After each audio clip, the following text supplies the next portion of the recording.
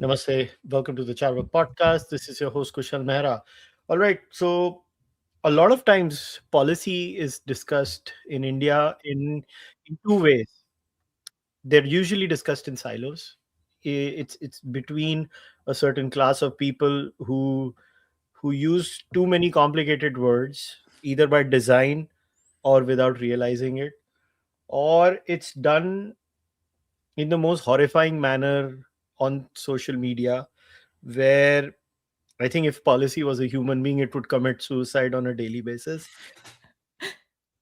And the idea of some people, and with a lot of trepidation, I include myself to be a part of that small group of people who genuinely care about policy, who at least believes that while revolutions sound very good in movies, real change happens through policy.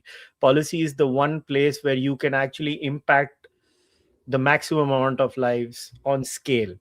But how do we analyze policy?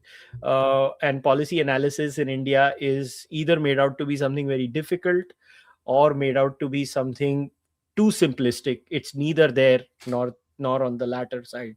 And I'm very glad that since the internet, I still believe the internet is a net positive for the health of society overall, despite whatever people think. I think if it was not for the internet, I would not have met a ton of amazing people that I've had the pleasure of meeting offline and reading them online. And my guest today is one of those people who have been quietly reading for the longest time.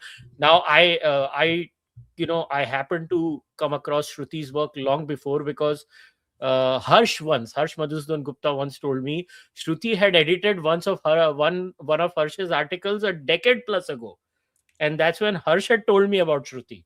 And he had told me कि अरे तू श्रुति को पढ़, बहुत अच्छा लिखती है, खुद बहुत अच्छा लिखती है.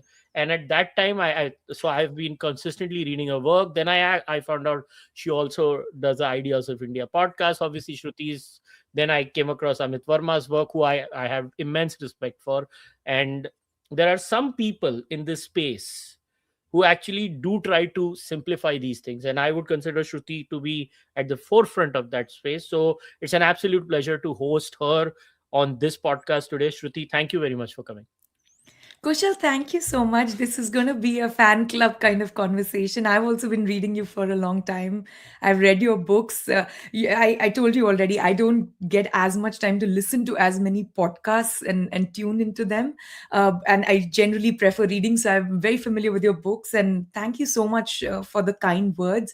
And you've done something extraordinary by creating a community of people where instead of, raging somewhere online, like you mentioned, they actually join podcasts, they listen to people, they have a conversation, they're able to engage in a live stream. So what you've built is really extraordinary. I feel very fortunate that you've invited me here, and I'm really looking forward to this conversation, especially because you've been an entrepreneur in a part of your life. And I feel like there is only so much gyan that people who are policy wonks like me can bring to the table, no matter how careful we are when we read something or write something. Past a point, it is the man on the spot and the entrepreneur, the person who's trying to build something, even if it's not a for profit venture, an NGO. They are the people who meet the sharp end of the policy stick. So I think this will be a wonderful conversation. And thank you so much for having me. So the first bit, because this is your first time on the podcast, and I always believe that we go with the underlying assumption that might be many people who may not know about you. So if you could spend a little bit of time telling everybody about you, like in general, uh, what exactly are you into, what is your specialty, so that everybody knows कि हाँ भाई इनके बारे में सुन रहे हैं. Thank you. Wonderful. So I'll try to keep this brief because I think as the years tag on to us, it sounds like reading off a resume. So I was born and raised in India. I grew up in New Delhi. I'm a full Delhi girl, though my family is Tamilian and we're all Tamil speaking. And I went to school. I went to Delhi University, got an economics degree. After that, I went to Faculty of Law and got my LLB. So all of this was in Delhi. And after that, the area I got very interested in, and this is not surprising since my undergraduate was in economics and then I did law, was in law and economics and regulation.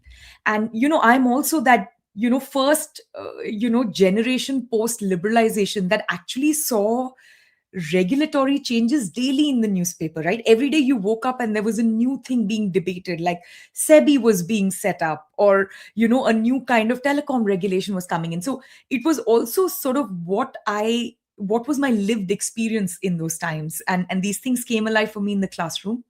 And then I decided, very quickly into law school that I was very interested in legal and regulatory questions, but I wasn't really cut out to be a lawyer. I was more interested in research. So I wanted to study law and economics, in particular constitutional economics. And there's one department in the world which had a very high concentration of constitutional economists, especially the Nobel laureate who carved out that field, called James Buchanan. And this was George Mason University. And I decided to go do my PhD there, and it was wonderful. I did the usual thing that everyone does, which is, after you finish your PhD, you start teaching at a university, you do fellowships. I was a fellow at NYU.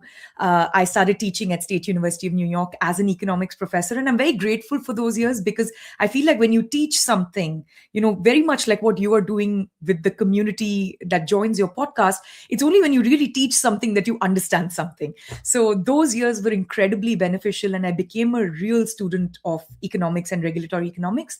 And then, once I got tenure and things like that, one of my mentors at George Mason University, Tyler Cowan, had always, nudged me to write more. He's an Indophile. He told me to keep continuing to take an interest in writing in India, which was anyway my natural inclination. And he said that, look, there are lots of people who can teach, demand and supply curves to university students in the US, but there are very few people who can bring a law in economics or a regulatory economics or constitutional economics lens to what's happening in India. And you should really be doing that. So about 6, 7 years ago, I changed gears. I quit my traditional tenured university professorship and I moved back to George Mason University, but this time to our research think tank called the Mercator Center, which is where I work. And the goal of the Mercator Center, or the tagline, is bridging the gap between academic ideas and real world problems. And I lead the Indian political economy program there. I also run a big grants program called Emergent Ventures, which we can talk about another time. But as part of the Indian political economy program, I feel the biggest thing that I care about when it comes to India is I want Indians to be more prosperous and more free, and be in a position where they can do anything that they wish. Because I genuinely believe India is bubbling with talent. And the fact that a lot of the talent needs to leave the country oftentimes to start unicorns or become, Nobel laureates and things like that. I think we don't need that. And I think it's not a matter of culture or preferences or talent or, any inherent characteristics or genetics or DNA. It's just simply a matter of getting our policy framework right in the long run. And that's really the way we can make Indians richer, freer, happier, and sort of in a place to really lead the world, right? Because we know we have the potential to. So that's the goal of the program. And, to that end, a lot of the things I write about are Indian regulatory questions. I've learned a lot doing something called the 1991 project, where we traced the 1991 reforms and just really learned that, oh, we've done this once before. We know how to do this. So now what are the next stage of problems we need to resolve in India so that, Indians can sort of own their own destiny? So if you ask me what is it I truly care for, that's the thing I care about. And then everything else is the means to that end, whether it is teaching, whether it's doing a podcast, building a community, running a conference where policymakers get together, consulting with policymakers in India who are actually very open minded, in my experience, or writing papers or speaking with people like you. So that's all part of that bigger agenda. Great. Now, obviously, the aim of today's podcast is for both of us to sit down and probably give people as the great philosopher Daniel Dennett used to call it, intuition pumps, intellectual tools to analyze policy. Now, full disclosure, Shruti, my background is more philosophy and religion. So, whenever I look at anything, whether it's even economics, I actually look at it from a purely philosophical perspective. And my questions also tend to be more like I'm trying to break it down using the Socratic method. I'm just trying to understand things from there, and obviously. And I try to bring in the Indian epistemology framework in there. Now, the biggest struggle I have had whenever we see policy discussions in India is policy discussions in India, especially on the news segment. They barely happen, which is actually very depressing. Indian news segments tend to be going from one outrage cycle to the other. It's, I don't know, you can call it recreational outrage, therapeutic outrage, whichever word people want to use for it. Now how, but the aim today, as and when I had reached out to you, was literally to create a primer of how do we analyze a policy. And as I was reading your email, you had said that we'll have to break it down into three parts, where there is a larger social or political intent, obviously, and the social and political are kind of intertwined, because one is the broad macro signaling social intention, which could stem from different reasons. You gave the example of women in your email, or land distribution in your email, for those examples. Then we will get into the design part. How do you design a policy? And then the third are the actual measurable intentions, where again most discussion in India is obsessed with the first order effect of the policy, when the major damage in LE policy is always the second and third order effect, with no policy discussion in India happens. Now, I have laid down this. Now I'll hand it over to you, and you can take it wherever you want to and however you want to.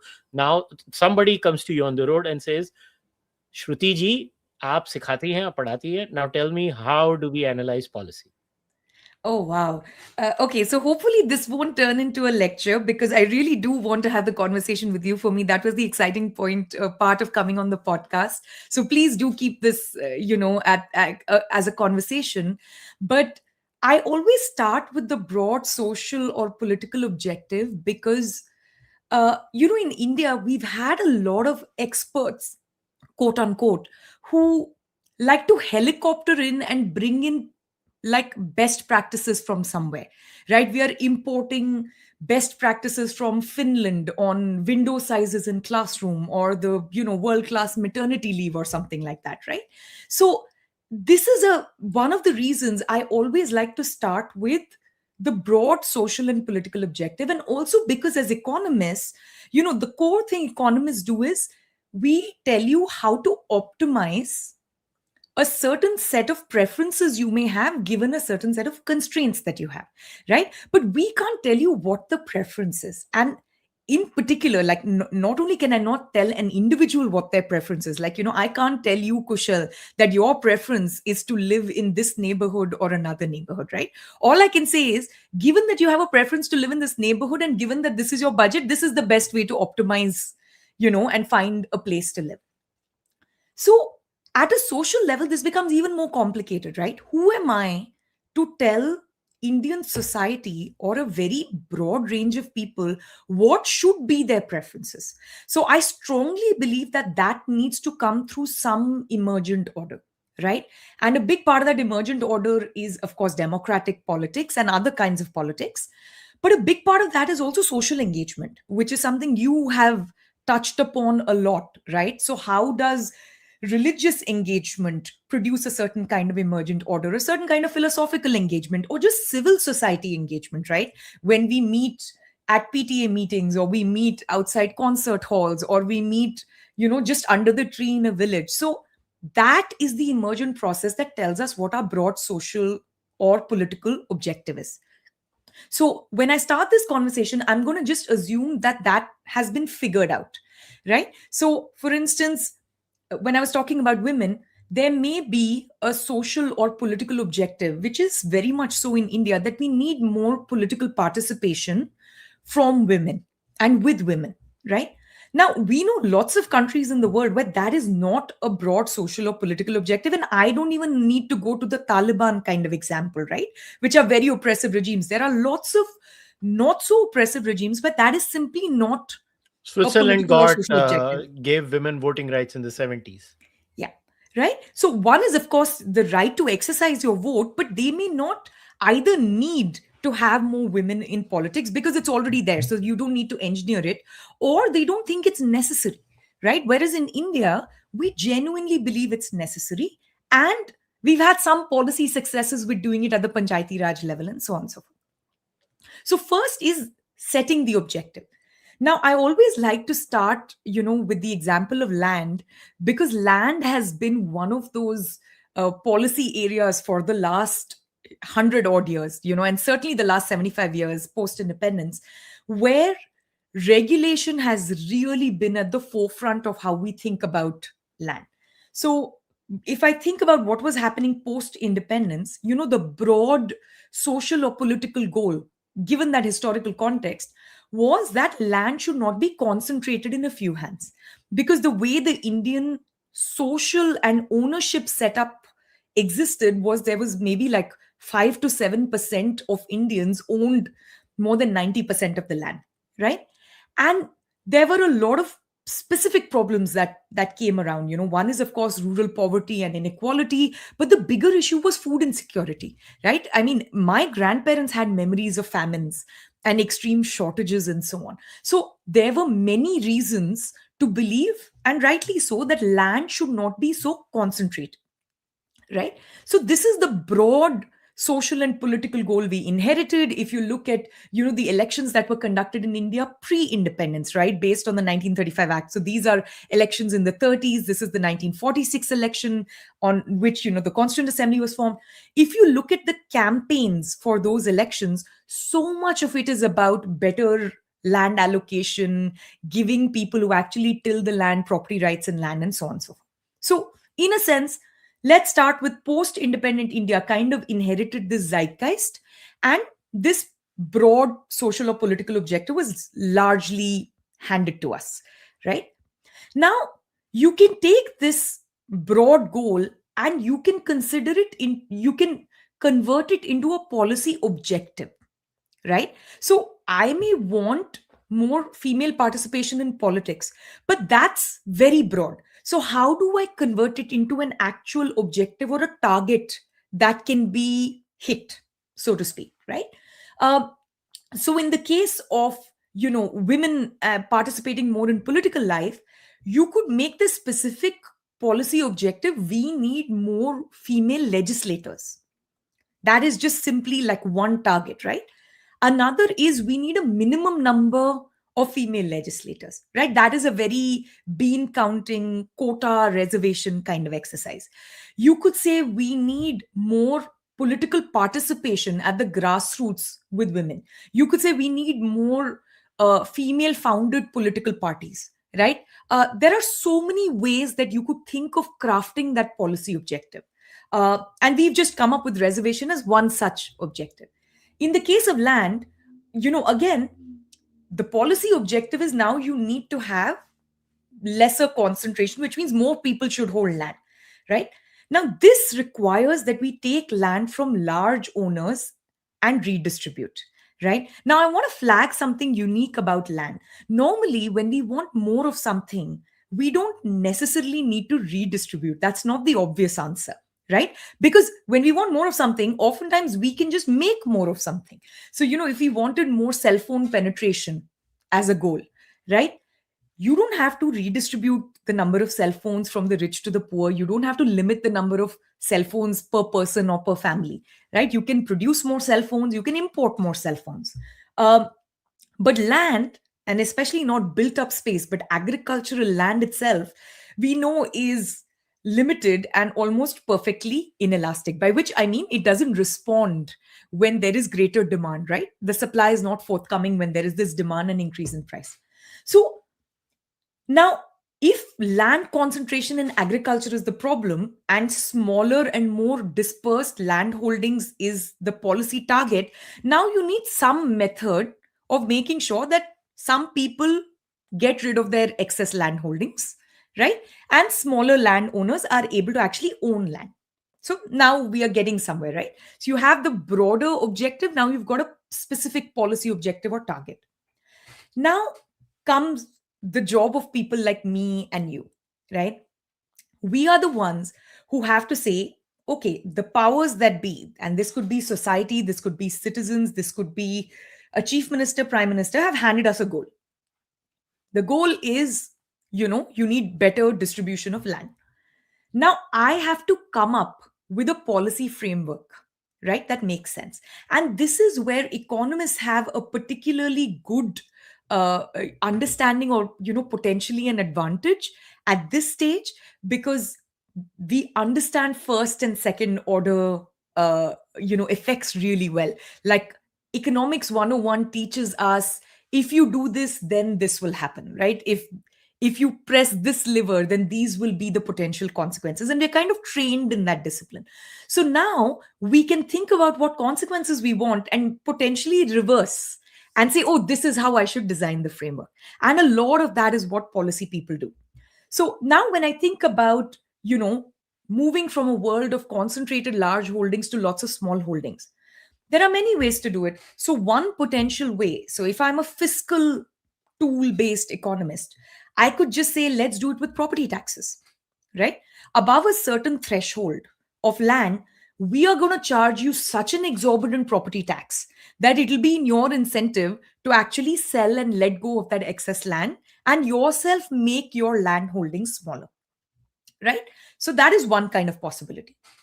uh, Another kind of possibility is you can pair that by giving subsidies or incentives or tax benefits or preferential credit to small first time landowners, right? So we know that this property tax regime is going to cause a big sell off of large land holdings, but that doesn't automatically mean that the small farmer will have the money to buy that land, right? So we may need to create incentives on both sides of the market. So if I was someone who was trained a lot in tax policy economics, right, I may use taxes and subsidies as my tool, right? Another potential way we could have done this is just have a hard ceiling, right? Nobody is allowed to own more than so many acres of land. If you own more than so many acres of land, we will take that land away as the government. And then the government will redistribute by identifying who are the people that this land should be redistributed to. This is a much more rigid version.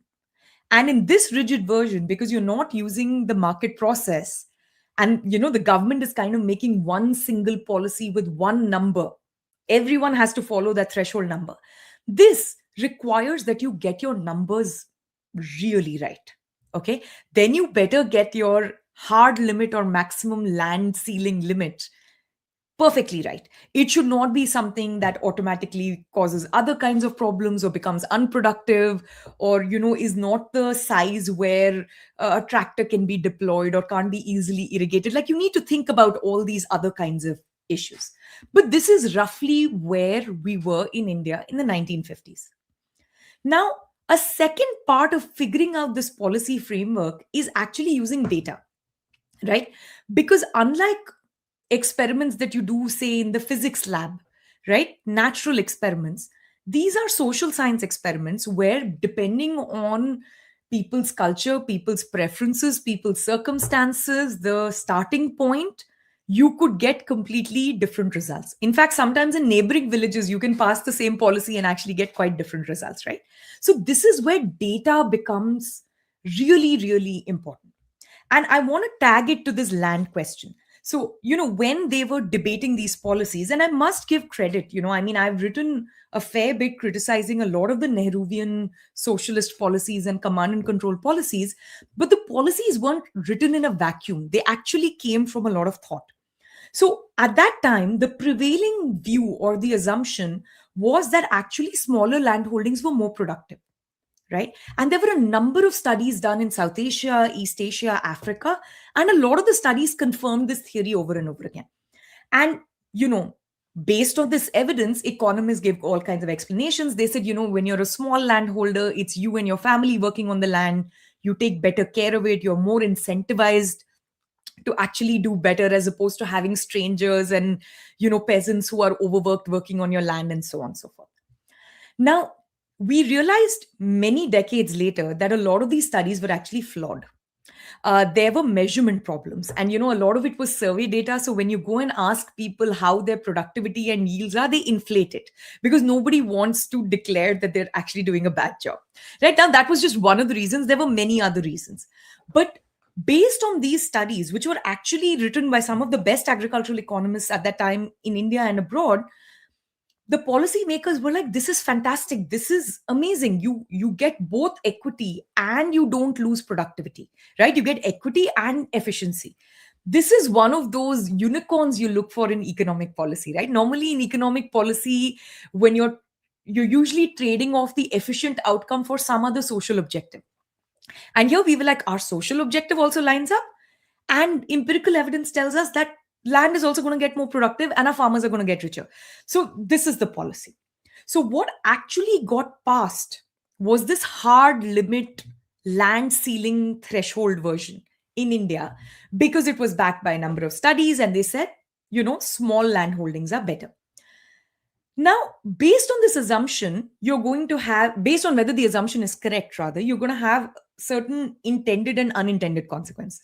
Now, incidentally, in agricultural redistribution of land and land reforms, the intended consequence actually worked out quite well. Normally, a lot of times you don't get your intended consequence, right? You have a particular kind of tool and kuch aur hi ho jata hai.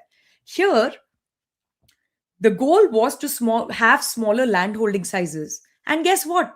We got smaller land holding sizes. So actually, the intended consequence happened. Now, the problem is we were trading off something else, which is agricultural productivity, without realizing that that's what we were trading off, right? Now, in the case of urban land ceiling, which, many of your listeners may be more familiar with living in urban areas, there, the intended goal was more housing so that you don't have these huge swaths of land belonging to one or two people. And by having urban land ceiling, you can actually increase the stock of housing.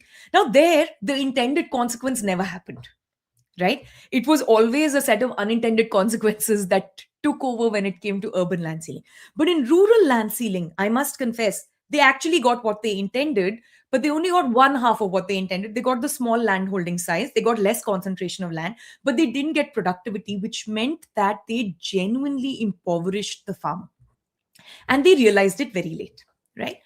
Now, let's come to the first, second, third order consequences. So, the first order consequences, of course, land got smaller and it got less productive. Now, this is where the second order consequences begin once the productivity starts failing, right? Now, lower productivity means lower farm incomes and food insecurity and, pressures on food security. And if we go back to the head of the conversation, remember in the 1930s to 50s, the reason we wanted less concentration of land was because of famines and food insecurity and pressures on food security, right? So this immediate unintended consequence because of this lower productivity is we have created the problem that we intended to solve with this entire regulatory machine or this policy intervention. But now the next order is we can't obviously leave our farmers to starve, right? Nor can we have a situation where we're not producing enough food. So what do? We create the next layer of interventions. We start giving subsidies, right? So first set of subsidies were actually not direct subsidies. They were very intelligent. They said we know that the landholding size is small, so we need more yield per piece of land. So how do we do that? With better seeds. So this was, your green revolution, better inputs going into land and increasing the yields. So in that sense, it was a clever way to say we can't easily change our land holding size now that we've redistributed. Let's get productivity up. But once you give the green revolution better high yield seeds, you realize they need more water, they need more fertilizer. To get more water, you need more electricity. To procure fertilizer and seeds, you need more credit. So we started creating a number of input subsidies to support farmers who were having the problem in the first place because the land holding size was too small, right? So this is now your third order effects, fourth order effects. Another set of crazy effects, and this was truly unintended, is India doesn't have primogeniture when it comes to inheritance, right? In many other cultures, especially the Anglo-Saxon cultures, it was the oldest son who would inherit all the land, right? And then the second and third sons would get some part of something, but the land would stay intact. In India, we have customary law, whether it's Hindu inheritance law or it's Islamic law, we actually fractionalize and distribute it across all the children and grandchildren, right? Hindu undivided family law is really interesting because the number of people who have a stake in the land literally increases and decreases with births and deaths, right? That's the nature of the customary law. Though now, of course, many people have switched to modern ways of inheritance. So, because India didn't have primogeniture, whatever was your land ceiling in the 60s, by the time you reached your early 2000s, now you're nowhere close to the limit because the land has further splintered into smaller and smaller holdings. So now, if you look at India, most Indian holdings are small and micro holdings. Most Indian holdings, the average, the median size of the holding is about 1 acre, 1 hectare, 1.06 hectares, which is just over 2 acres, I think, right? So that's your average size holdings. Like, you right now you're in Canada and I'm in Virginia, and there are backyards that I know that are larger than 2 acres. But that is the average farm land holding size. It's extraordinary how quickly it got small. Now, if you want to talk about the fifth order effects, this is where you're really going to laugh, knowing you, because soon the land holding size got so small that it was no longer viable for agriculture. So we passed land consolidation laws. So we had a maximum land ceiling.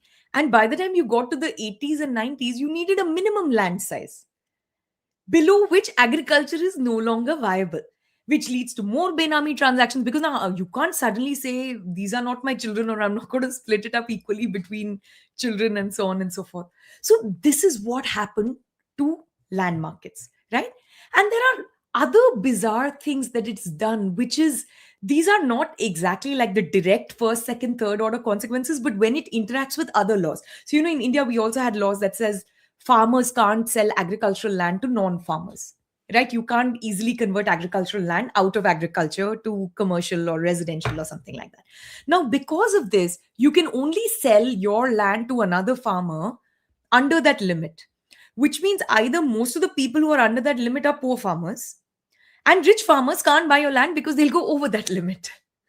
Right? So, what you've done is you've really depressed the land market for agricultural land, which means the biggest asset that our farmers have to their name has now depressed in value. So, these are all those consequences. Now, if you asked me to start from scratch, knowing what I know, I would design a very different policy. First of all, I would repeal all these rural land ceilings. I would remove these agricultural land conversion laws. I would allow farmers to easily convert their land, sell to non farmers, all of those things. But the next time someone asked me to think about land policy, I would redesign it better. But all of it is premised on having better research. And I know it's very fashionable to, and I totally understand your point, Kushal, that experts and economists don't make it easier. They're so jargon filled and try to there's this pretense of sophistication and method that a lot of the really good research is unreadable when it comes to the regular person or the civically minded or engaged person. But a lot of that research is actually used. How do firms respond to labor law? How do farmers respond to agricultural land sealing? This kind of research is invaluable in producing the empirical evidence based on which we can make all of this policy. So I just wanted to walk through one example like land. I'm happy to talk about any policy you choose, or if your listeners want to know about a policy, and we could do this exercise we need not do it start to finish, but we can engage at the different levels of policy for any policy question that you have. But I thought this might be a useful starting point. The key word in the land policy was actually trade off. Every decision that we make in life, I think this is something that Thomas Sowell has written extensively about. That, in fact, for according to Thomas Sowell, and in many ways I actually agree with his analysis, that life essentially is all about trade-offs. Forget economics, life is trade-offs. Yes. When I decide to join a particular stream of education, right, there are certain uh, imaginary variables that I don't know about, that I'm actually bargaining. Like, what if I would have taken math instead of something else? What if I would have taken X instead of Y? So at core, life is essentially about Yeah. trade-offs at a fundamental level. Now, when we are looking at specific policies like land, I immediately remember the famous case of the first BJP government, the Vajpayee government, and the Land Ceiling Act at that time. I don't know if you remember, the Sahara land ka issue was there. In Maharashtra, there was a particular case, Yes. Ambi Valley. I Yes. remember the amount of intellectual hoops Yeah. then Minister Pramod Mahajan had to, it was almost he was delivering lectures using mental gymnastics, when I thought Pramod Mahajan was absolutely right. He was like, Yeah. bhai, we have to do this. Are you guys Yeah. mental? But Yeah. such is the atmosphere in India that everything is laced. Now, my why I'm asking you this question rather than looking at a specific policy cases, how much of form morality, and I'm using this word very seriously, how much of form morality harms serious policy making? Because I think most of the impact that happens in politics is like, politicians I've met enough in my life to come to a conclusion that they don't look at it just from the sole purpose of whether this policy is good or bad. Yeah. They look at it as, is this policy workable and will it benefit me electorally? That is their yardstick. Their yardstick is not whether देश 10% growth करेगा, the country is going to grow 10%. No, that's not their yardstick. Their yardstick is, I have a 5-year term, I like to stay in power again. Yeah. Obviously, there are alleged corruption benefits. Let's not beat around the bush. And the point is, now, how do we get over this formality? Like the classic case, right? I mean, and then I have to give it to Rahul Gandhi when he had made that suit put ki sarkar jibe at Narendra Modi during his first term. Dang, that hurt Narendra Modi, Yeah. because Narendra Modi actually comes from a poor background, unlike Rahul Gandhi, who comes from a filthy rich background. And here was a rich man jibing at Narendra Modi, to the soot boot ki sarkar hai. And Modi ji took it seriously. But the point is, there is a formality around policy discourse. Now, how do we deal with this formality? Because it is directly intertwined with policy. What is a good policy communicator? How does that person deal with it? Because see, bureaucrats have to sit behind and just write a remark on a policy document saying, in red, blue, different ink paper, Yeah. colors that they use. It's hilarious. I've seen so many of them, working behind the scenes, whether you go to There's a whole memo about which yeah, color has to be used for yes, what. it is hilarious. When I actually went to a collector's office in one of my field trips in Charoti and Bagadi in Maharashtra, and I saw what the collector was doing, I started chuckling in front of the collector, and I was like, "I'm sorry, मतलब तुम मेरे को क्या fire करोगे?" kind of a thing. That's why I'm laughing. I'm the first guy to laugh on your face, because you guys are really weird. Like, what are you guys doing? ये color इसके लिए ये color. So the point is, the form Yeah. morality does not affect the Babu. The formality does affect the politician. Now, how does one calculate that? Does policy analysis factor in the formality? Is what I'm trying to ask you.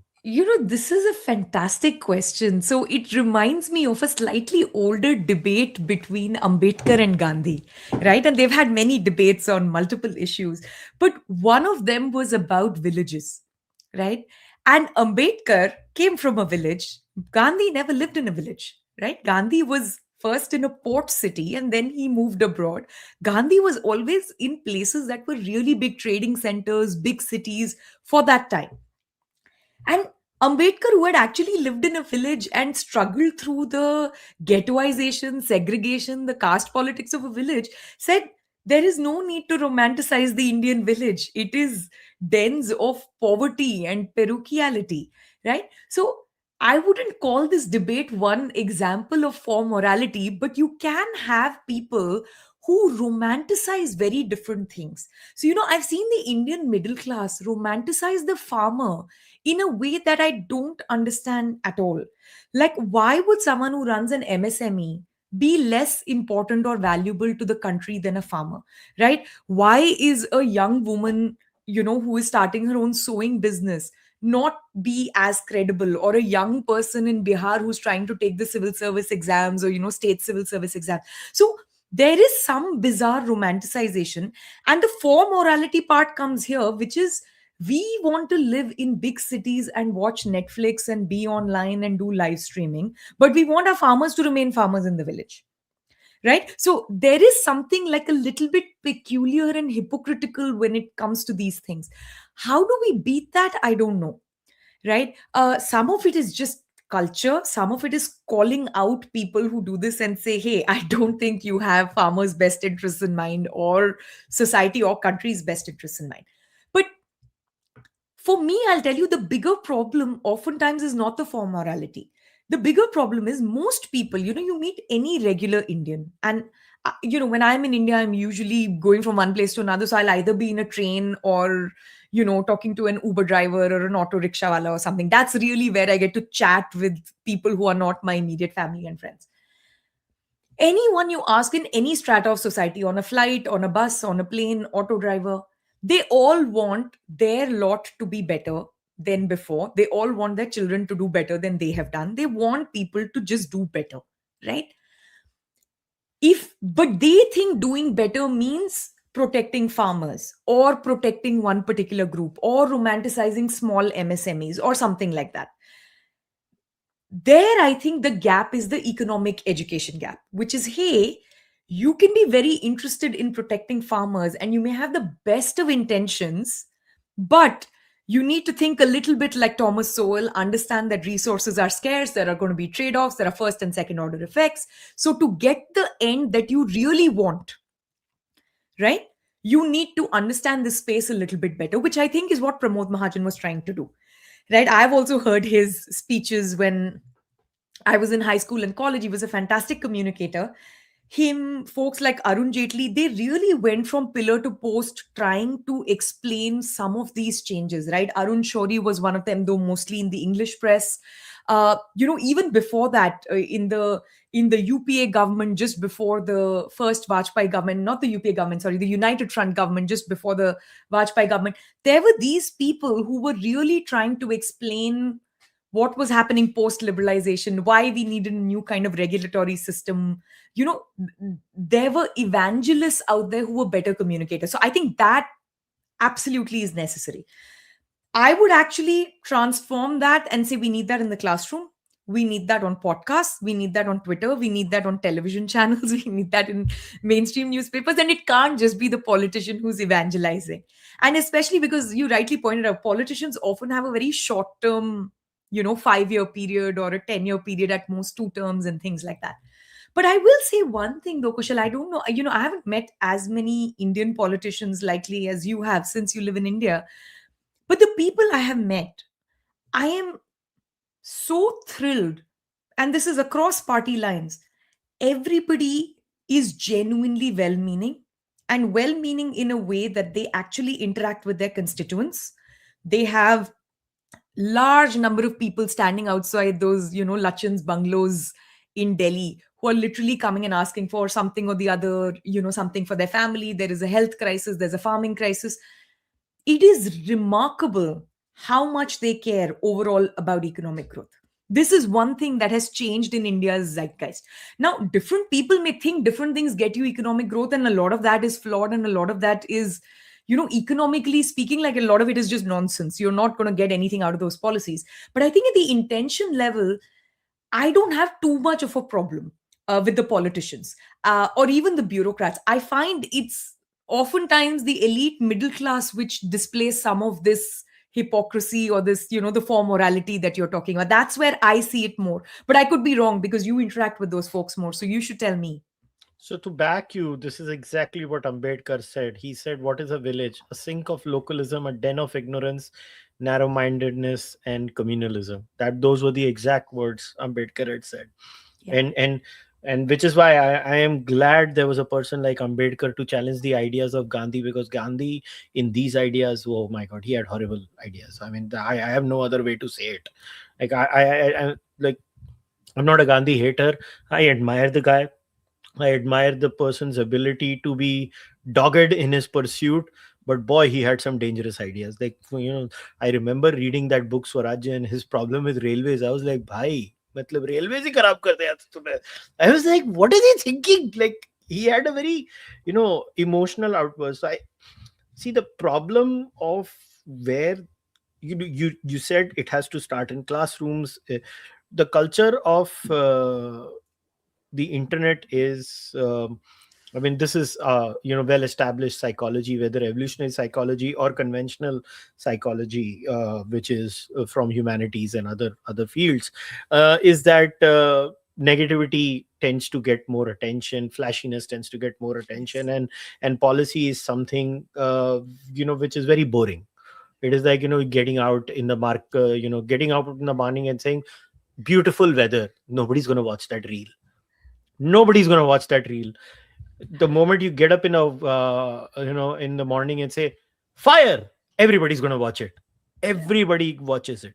And that's just the hand that has been dealt to us. But I want to focus on a very So specific. just to interject on that point, there was this lovely movie called The Big Short, which was about the financial crisis, and it was based on the book called The Big Short, and it has folks like Margot Robbie, who's in a bathtub, looking beautiful and glamorous, explaining something about a derivative instrument, or like Selena Gomez talking about credit default swaps. So I had a student in India when I was lecturing. He said, just like The Big Short, हम अपने सारे policy lectures ना कटरीना कैफ से पढ़वा देते हैं. Then people will tune in and watch. No, So I just found that comment so charming. But there is something to be said that I don't think these conversations should become entertainment, but we do need to make it more engaging. And honestly, Kushal, that's on people like us. Like we think jitna zyada boring and serious and pretentious hoga, utna zyada we will be highly regarded. We need to make these things engaging.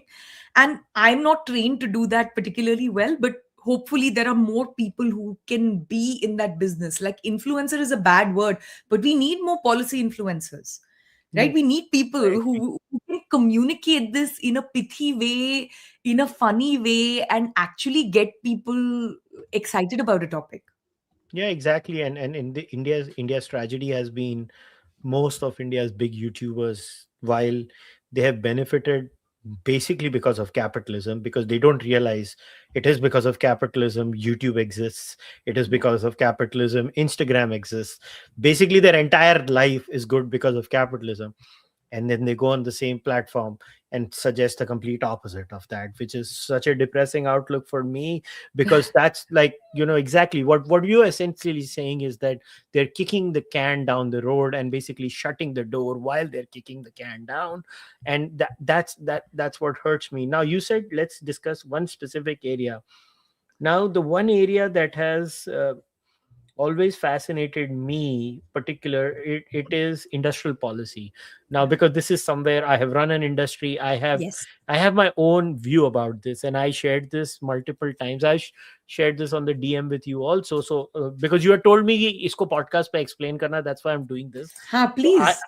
so a lot of times, my this is my opinion, and this is not a defense of the Indian bureaucracy before somebody misunderstands me. I Yeah, believe sorry. I'm in just my going to look down because I'm taking notes, but keep going. no, no, no, no, no, no problem. That's why I tend to type also, because I also write down what my guest says. So please go ahead. Now, most bureaucracy actually is a bottleneck. Laws in India are a problem. But in my experience of being an entrepreneur, now I'm a full-time podcaster. But before that, in my previous avatar where I actually was a manufacturer, what I realized was most Indian business runs on what I called crony libertarianism. Crony libertarianism, it people think India is a crony socialist society. I believe India is a crony libertarian society, where the entire swath of businessmen realize that this is the hand we've been dealt. There are these laws that exist, and they are conflicting laws. Like Bombay Municipal Corporation Act and the state government are not in sync with each other. Yeah. Like you might be legal according to the municipality and illegal according to the state government, or you might be legal according to the state government and illegal according to the central government. There have been Absolutely. occasions where I laughed my head off, where I was like, what? The state pollution control board agrees with something and the central pollution control board did not agree with it. So I was like, bhai, apas mein decide kar lo tumko kya karna hai. And they are fighting in the courts about it. Yeah. They are fighting in the courts. who is right. Yeah. And these have, so the business community in India, in my opinion, by and large, and this has been my experience, no, now I'm talking about this because I'm out of it. That's why I'm talking about it. So most businessmen in India, they function in a very simple mode.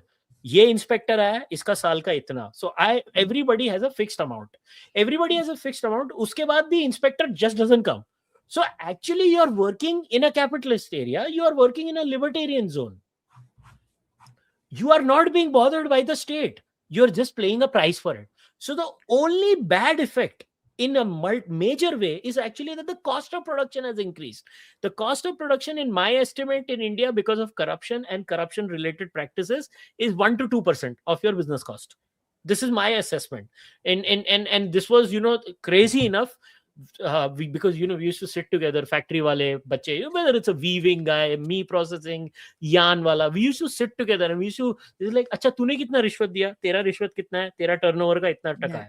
And we came up with a buffer idea that 1 to 2% of our turnover goes in bribes. So we Yeah. just have to increase the bribe cost by our selling price by 2%. So Yeah. yeah, it might make us slightly uncompetitive and all of that, that I understand. But the point is that, a lot of times when the analysis is made that business people are tortured in India because of this. No, once you bribe, you're not tortured. That's Yeah. what I'm trying to say. It doesn't mean I'm justifying the bribery, or I'm Yeah. saying these laws should exist. What I'm trying to say is that analysis done by policymakers that say this is happening, and that's why business is not growing in India, is actually not entirely true.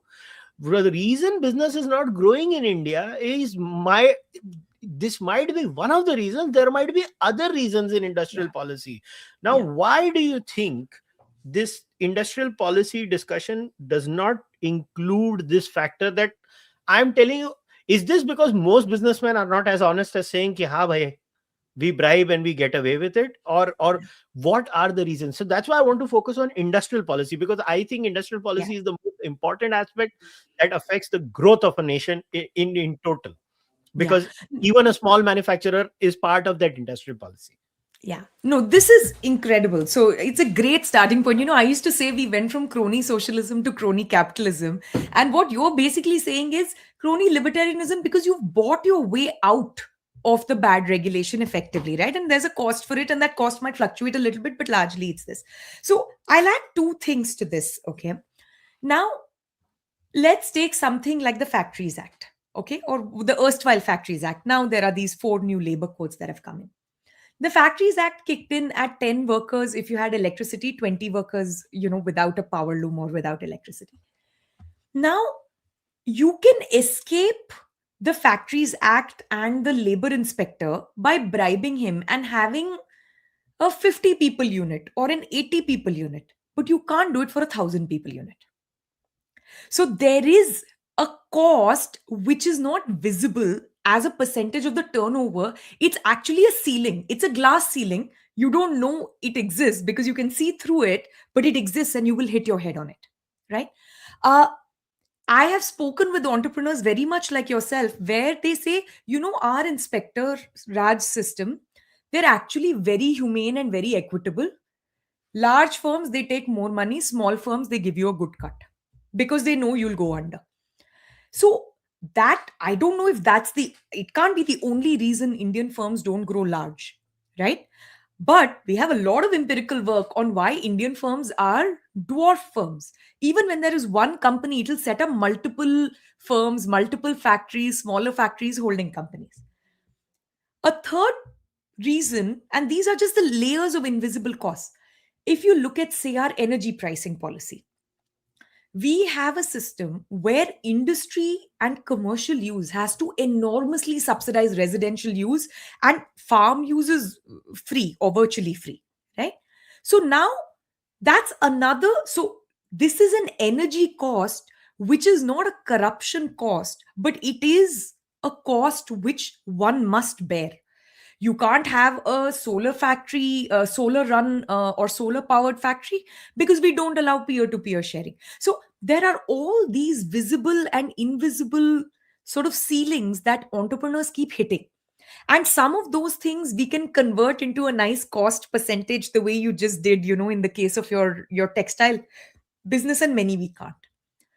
There are other kinds of invisible costs. So, think of something like I really need to find a particular kind of skilled labor for my workforce, and I'm not able to find it. Now, that cost is not going to appear anywhere on your books. Labor that is not hired doesn't appear. But when I talk to entrepreneurs, there are a lot of these industrial zones, ITCO land, which got converted into industrial zones in various states, right? A lot of these industrial zones don't allow any residential use, which means you can't have dormitories or cheap housing for the labor. The labor has to travel 1 hour or 90 minutes and show up at that particular factory. And these are all MSMEs largely. Like I'm talking factory size, maybe 300 workers max. Like these are small factories. They get the land from ITCO. They say, okay, now we're going to create a space for you. Land was this big binding constraint. We've loosened it. But now there's this binding constraint that no labor is willing to come and work here because there is no school here, there is no dorm here. Everyone needs to come with their family. They need to travel 90 minutes, which means you need to pay labor more or they won't get hired. Now, these are the kinds of costs that the Indian entrepreneur is constantly facing. So some of them are able to overcome that cost and include that 1% to 5% in their corruption scheme and escape it. But for a lot of people, either they don't know how to work that inspectorate system, or it's just not workable because you can't get the relevant labor or you can't get the relevant electricity, or you can't get the port access or something like that, so they just don't start, and then they just don't scale. So I want to separate these two things analytically. What do you think about this, given your experience running textile, firms in textile business?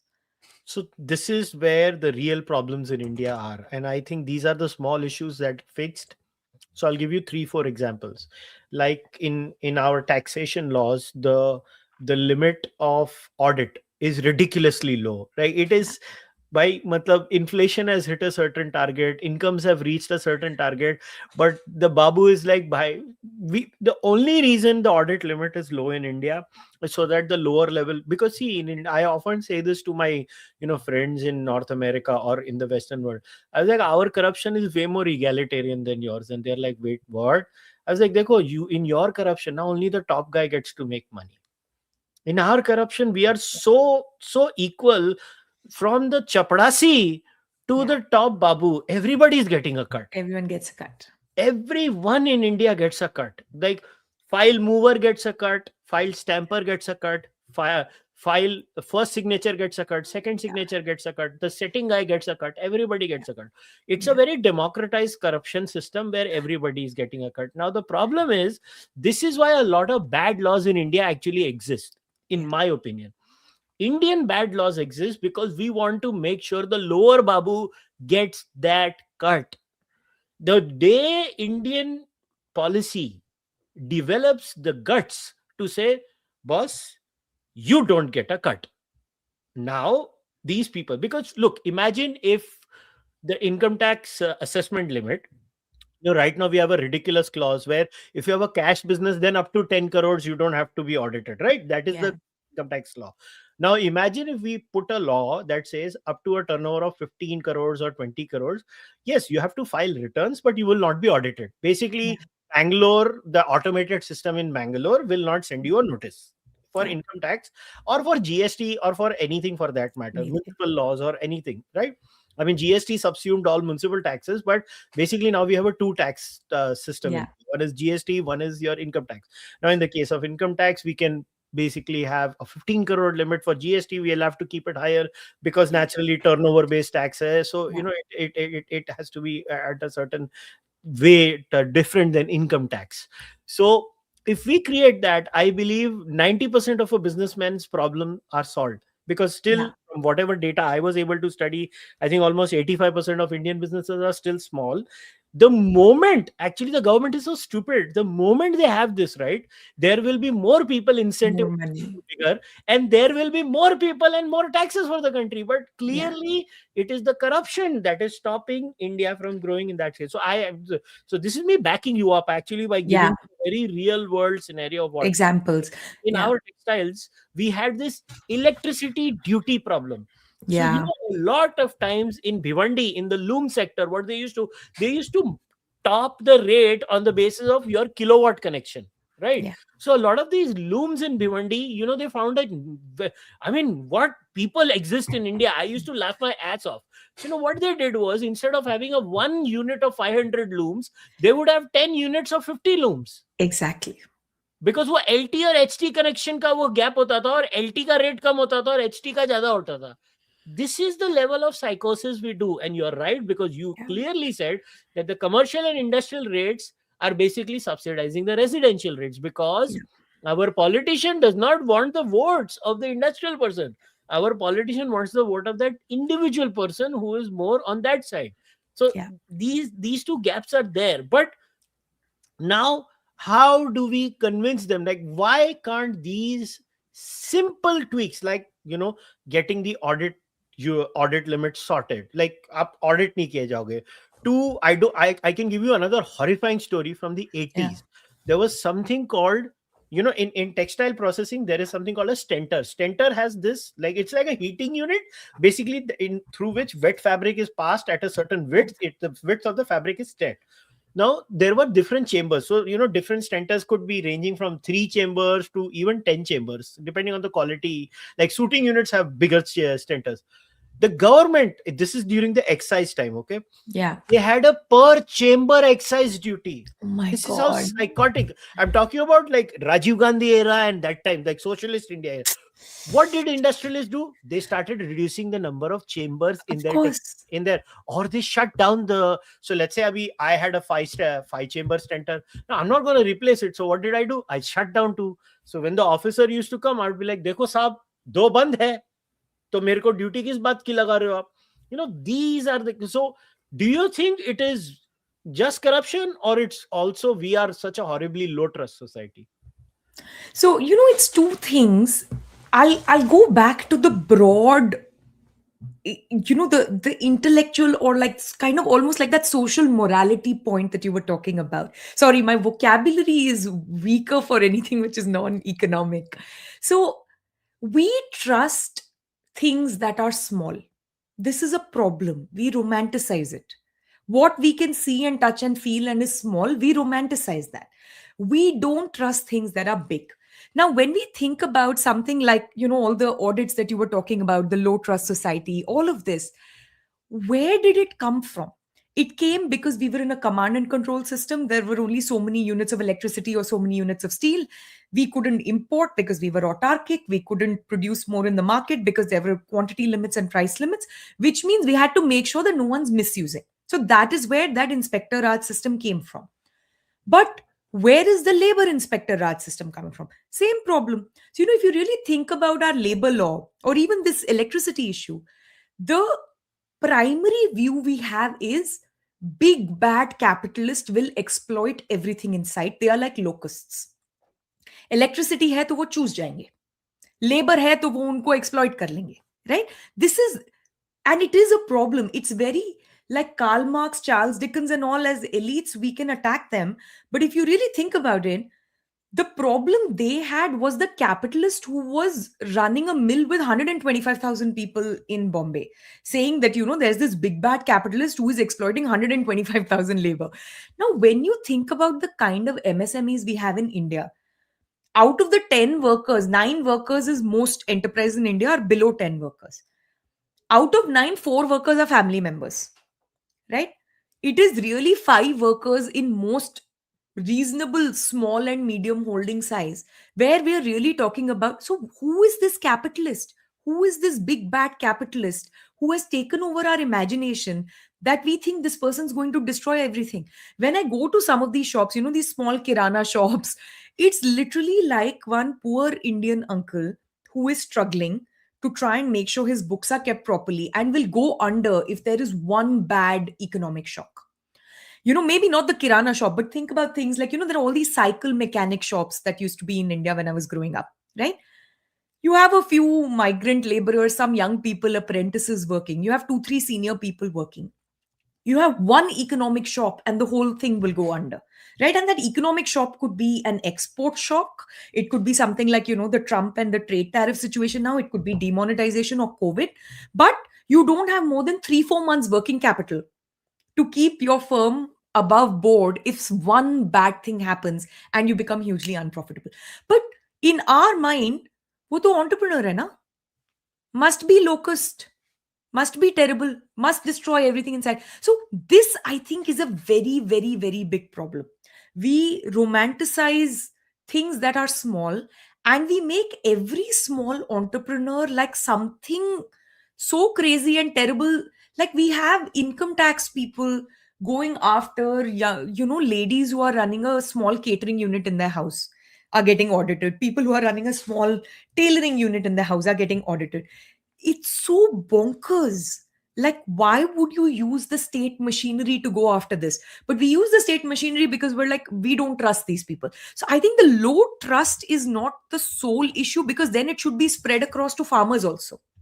How come we trust farmers with free electricity, but we don't trust industrialists with, 5 chambers?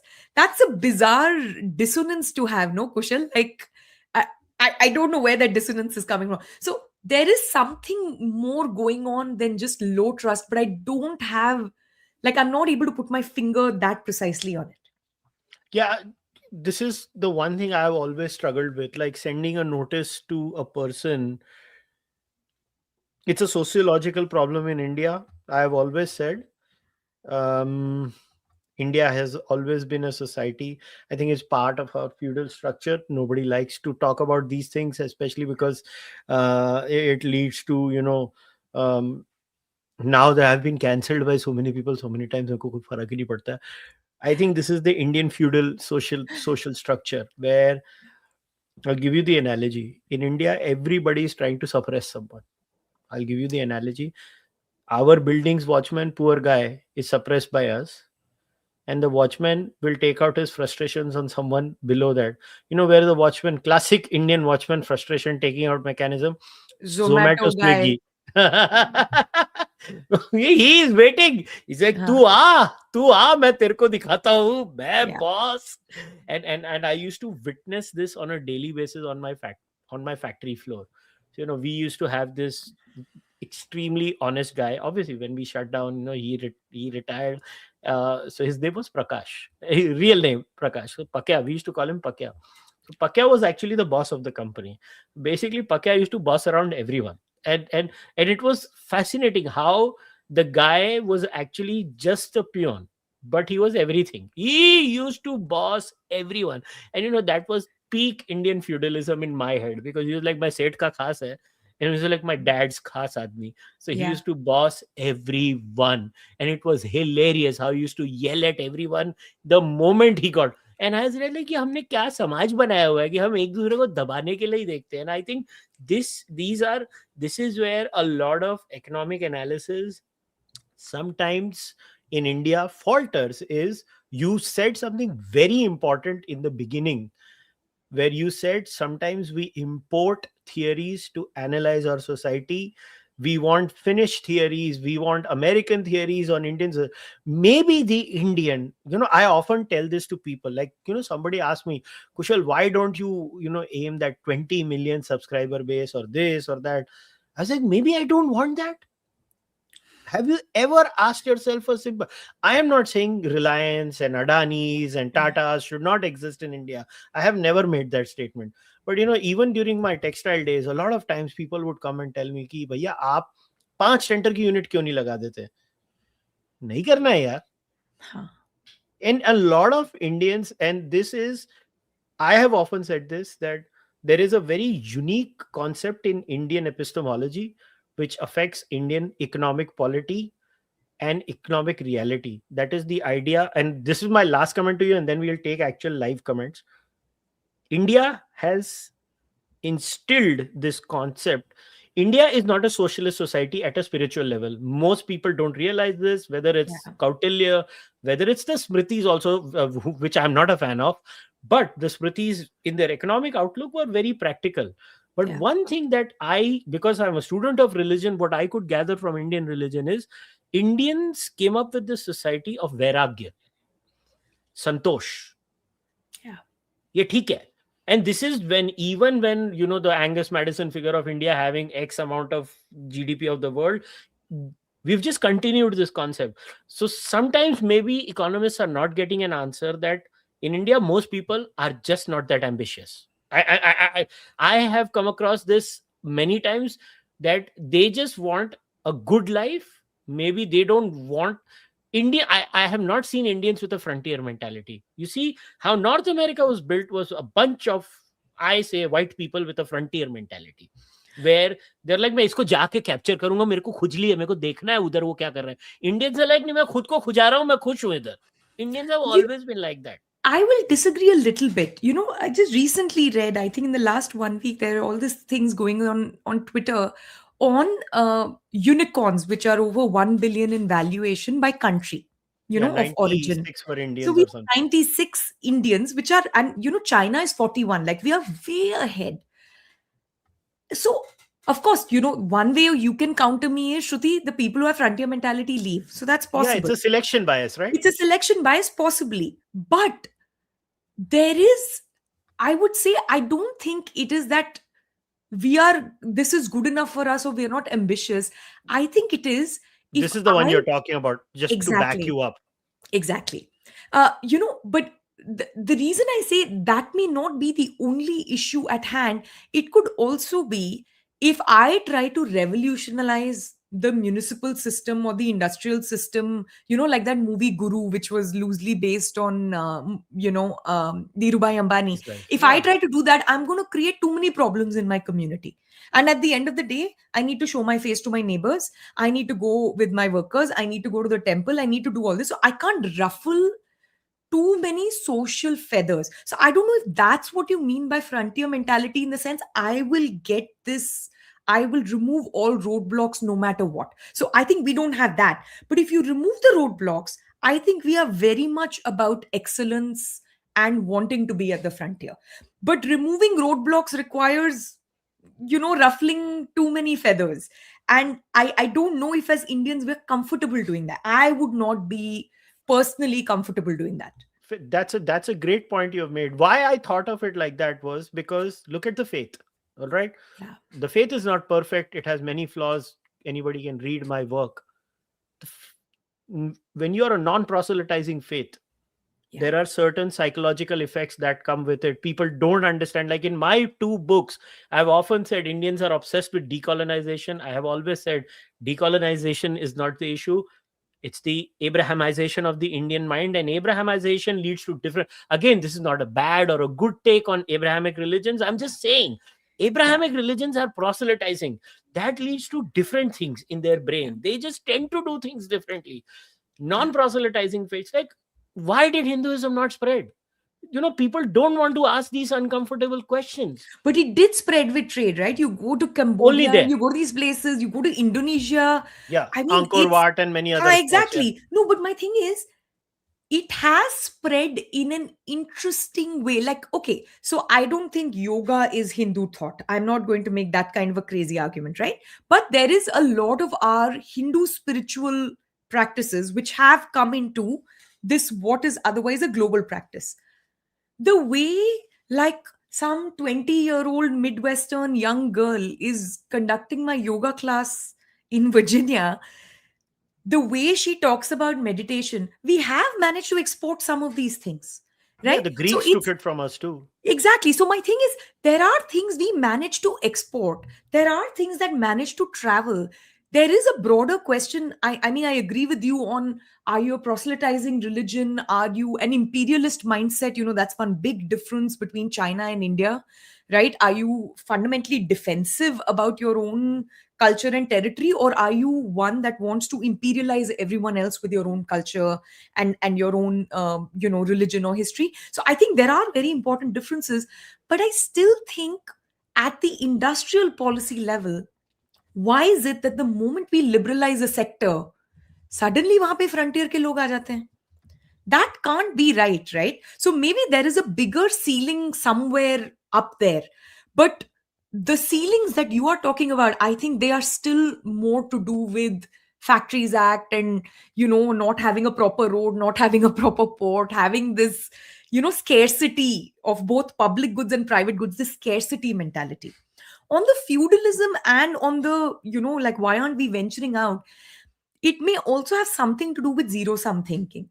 And on this, like, Amit Verma, who both you and I know and admire so much, he has spoken so much about how so much of the Indian attitude is fundamentally about zero sum thinking. We want people of poorer communities to go to the same schools as we do. We won't increase the number of schools. In fact, we will make it impossible for schools to become bigger. But we will say now you have to give 10% of your seats, 25% of your seats, 30% of your seats. So it's zero sum thinking that seeps into everything. Whereas, living in the United States, this is a supply side political economy. It's like you want more of something, we will make more of it. If we have constraints, we will technologically make those constraints disappear. Like, it's an extraordinarily different mindset. So I don't know, I mean, you're a better person to ask, is there something fundamentally zero sum about Hinduism? I haven't found that at all. No, But where is this coming from for us? I think that stems from extreme poverty, where Yeah. I think even on the live stream, somebody said it, and I want to give them credit. I think that is also a good observation. Ki Kushal bhai, it's not. We have seen our parents struggle to keep our family afloat. We look for a stable job to make sure we get a good life for our parents. Now, here's Yeah. my thing. Let me put this, okay, as a counter. I'm not saying I agree, boss. After that, our children still don't take those levels of risks. Yeah. We have to address this question as this is we as a people. I'm not saying it's a good or a bad thing. People get very touchy when I talk about these things. Is I'm not saying you are, but in general, like at a macro level, they get very, Are, why are you trying to fall for it? I'm not saying this is a problem also. In fact, I am a prime example of it.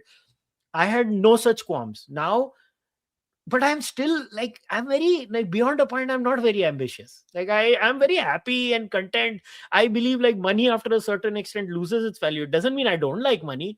I love making money, but like, I don't want a private plane. I'm very happy traveling business class, for example. I'm happy living in a five-star hotel, don't want to own an Antilia. See, I'm not saying the person who has an Antilia is wrong. Boss, he's amazing. Every sixth Indian in some way or the other makes a livelihood because of that one person, one family. So but I think economic calculations do not tend to take spiritual and cultural inputs in their calculation and analysis the way it should be done. Give you an example. A very rich, the man must be worth at least 300 to 400 crore Indian rupees. That's not a small person. That's rich by any yardstick, By any even dollar standards, yeah. yardstick. That man, for 2 years, in Chembur का अपना वो सांडू garden है ना station के Yeah. उधर, ठीक है, Yeah. You go from central Avenue, Yeah. उधर वो पीक सांडू गार्डन पे वो जो नया कॉम्प्लेक्स आया, that man did not rent his place out for almost a year plus because he was a Jain और उसको मैकडोनल्ड्स ऑफर कर रहा था. उसने बोला नहीं देगा. Now tell me, how do you factor in and there are multiple things like this in our culture which I don't think. India is not secular. India is a plural society. What Plural happens society. in Western society, secularism is really sold deep into their, into their bone. They're very irreligious. Church attendance is dropping in the Western world. It is not increasing. Like, you can look at the, so when you are a secular society, irreligious society, you tend to only have work. You only, in India, right? Like, I can tell you so many cases that I will not buy a certain car model because उसमें leather seats है. Huh, I don't use leather either. Same. सो नहीं करते ना, तो ये बहुत सारे Indians हैं एट स्केल ये करते हैं. And I don't think people calculate this, is what I'm trying to say. I'm not saying I'm not, my failure is that I don't have the resources to study how much of social and cultural inputs impact policy. I know I am a rabid materialist who doesn't care about any of this. Like, मेरे को कुछ फर्क नहीं पड़ेगा at a personal level. But I was surrounded by, look, I was a textile guy. I was only surrounded by Vaishnavs or Jains. That's my only, scope. And these people would let go of business deals left, right, and center, which I would be like, अरे भाई क्या कर रहा है, ये क्यों छोड़ रहा है? बोलता है, नहीं वो मेरे धर्म में अलाउड नहीं है, मैं नहीं करेगा. And these are crores of businesses that they just let go. मेरे धंधे में नहीं करेगा, मेरे को ऐसा पैसा नहीं चाहिए. How does a economist factor that? I don't think so they understand that. So, I'll tell you how an economist would factor that. And I don't know if that's a solution for India. So, very standard, like, if you look at Gary Becker, who wrote a lot about economics of discrimination and things like that, he talked about how people discriminate less if you price it in, right? So, right now, we are in a closed system where there are only so many people who have access to capital to start a company. So, these guys can let go of a lot of deals, presumably because there isn't that much competition that will eat their lunch, right?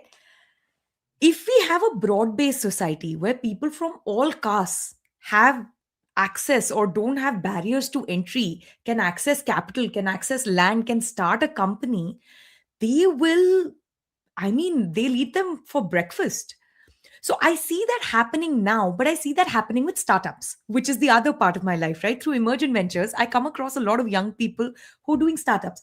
Most of the startups that we have funded, more than 250 of them, they're mostly people who are not from big cities. They're all working in hard tech, deep tech. The moment we give them their first grant, they immediately move to a big city. They're doing extraordinary things. That generation will eat this group for breakfast because they have so much hustle. And not to say they are not tied to their community or something, but they have managed to remove one layer away and they know they have to compete. So I think a very large part of why our business community lets go of a lot of these things is, where is their competition? We have so much protectionism, foreign competition nahi hai, right? Domestic barriers to capital, barriers to scale, hardly any first generational industrialists we have who can compete with a 3 4 thousand crore guy. So you can be all kinds of strange preferences and strange discriminatory behavior. So I really strongly believe in the Gary Becker thesis that the more competition you have and the more you can price these crazy quirky preferences, the less likely you are to indulge in them. Now again, I'm not saying all of it will go away. I'm a very strong believer in property rights. If someone doesn't want to give their rent their place out to KFC or McDonald's, absolutely, that's their property and they should be allowed to indulge, but they should pay for it. As in, you should feel the bite of your preferences or indulging your preferences, right? In India, we socialize that in some way. We socialize that by saying, at the country level we will ban certain types of foods, or we will ban certain, you can't sell eggs in Rishikesh for a certain period of time or within a certain radius. In Gujarat you can't sell any animal products virtually, especially eggs during the Navratri periods and things like that, right? So there's we socialize those losses instead of saying let the market take care of it. So that's one of the reasons we don't feel the bite. Now again, it's a broader social question on whether we wish to leave these things to market interactions or emergent orders, or we want to live in a society with zero conflict. हमें हर नवरात्रि ये अंडे वाले issue पे झगड़ा नहीं करना, please ban कर दो, right? So that is one, but an economist can't answer that question. That is a social and political and religious question, which, like you said, we're a plural country, but we are also very sensitive to each other's certain religious or certain food preferences and things like that. So how we solve that, to me, again, being an economist, I always think through the market and the emergent order. That would be the solution for me. But I am very optimistic about the next generation of entrepreneurs in this India if we let them scale.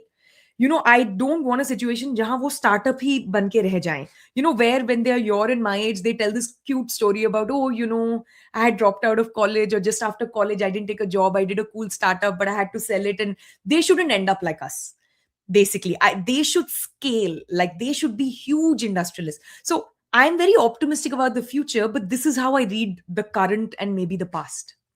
Fair enough. I think I understand where you're coming from, and a lot of this, I'll tell you where this thing came to my mind, and then we'll go to the questions. Oh yeah.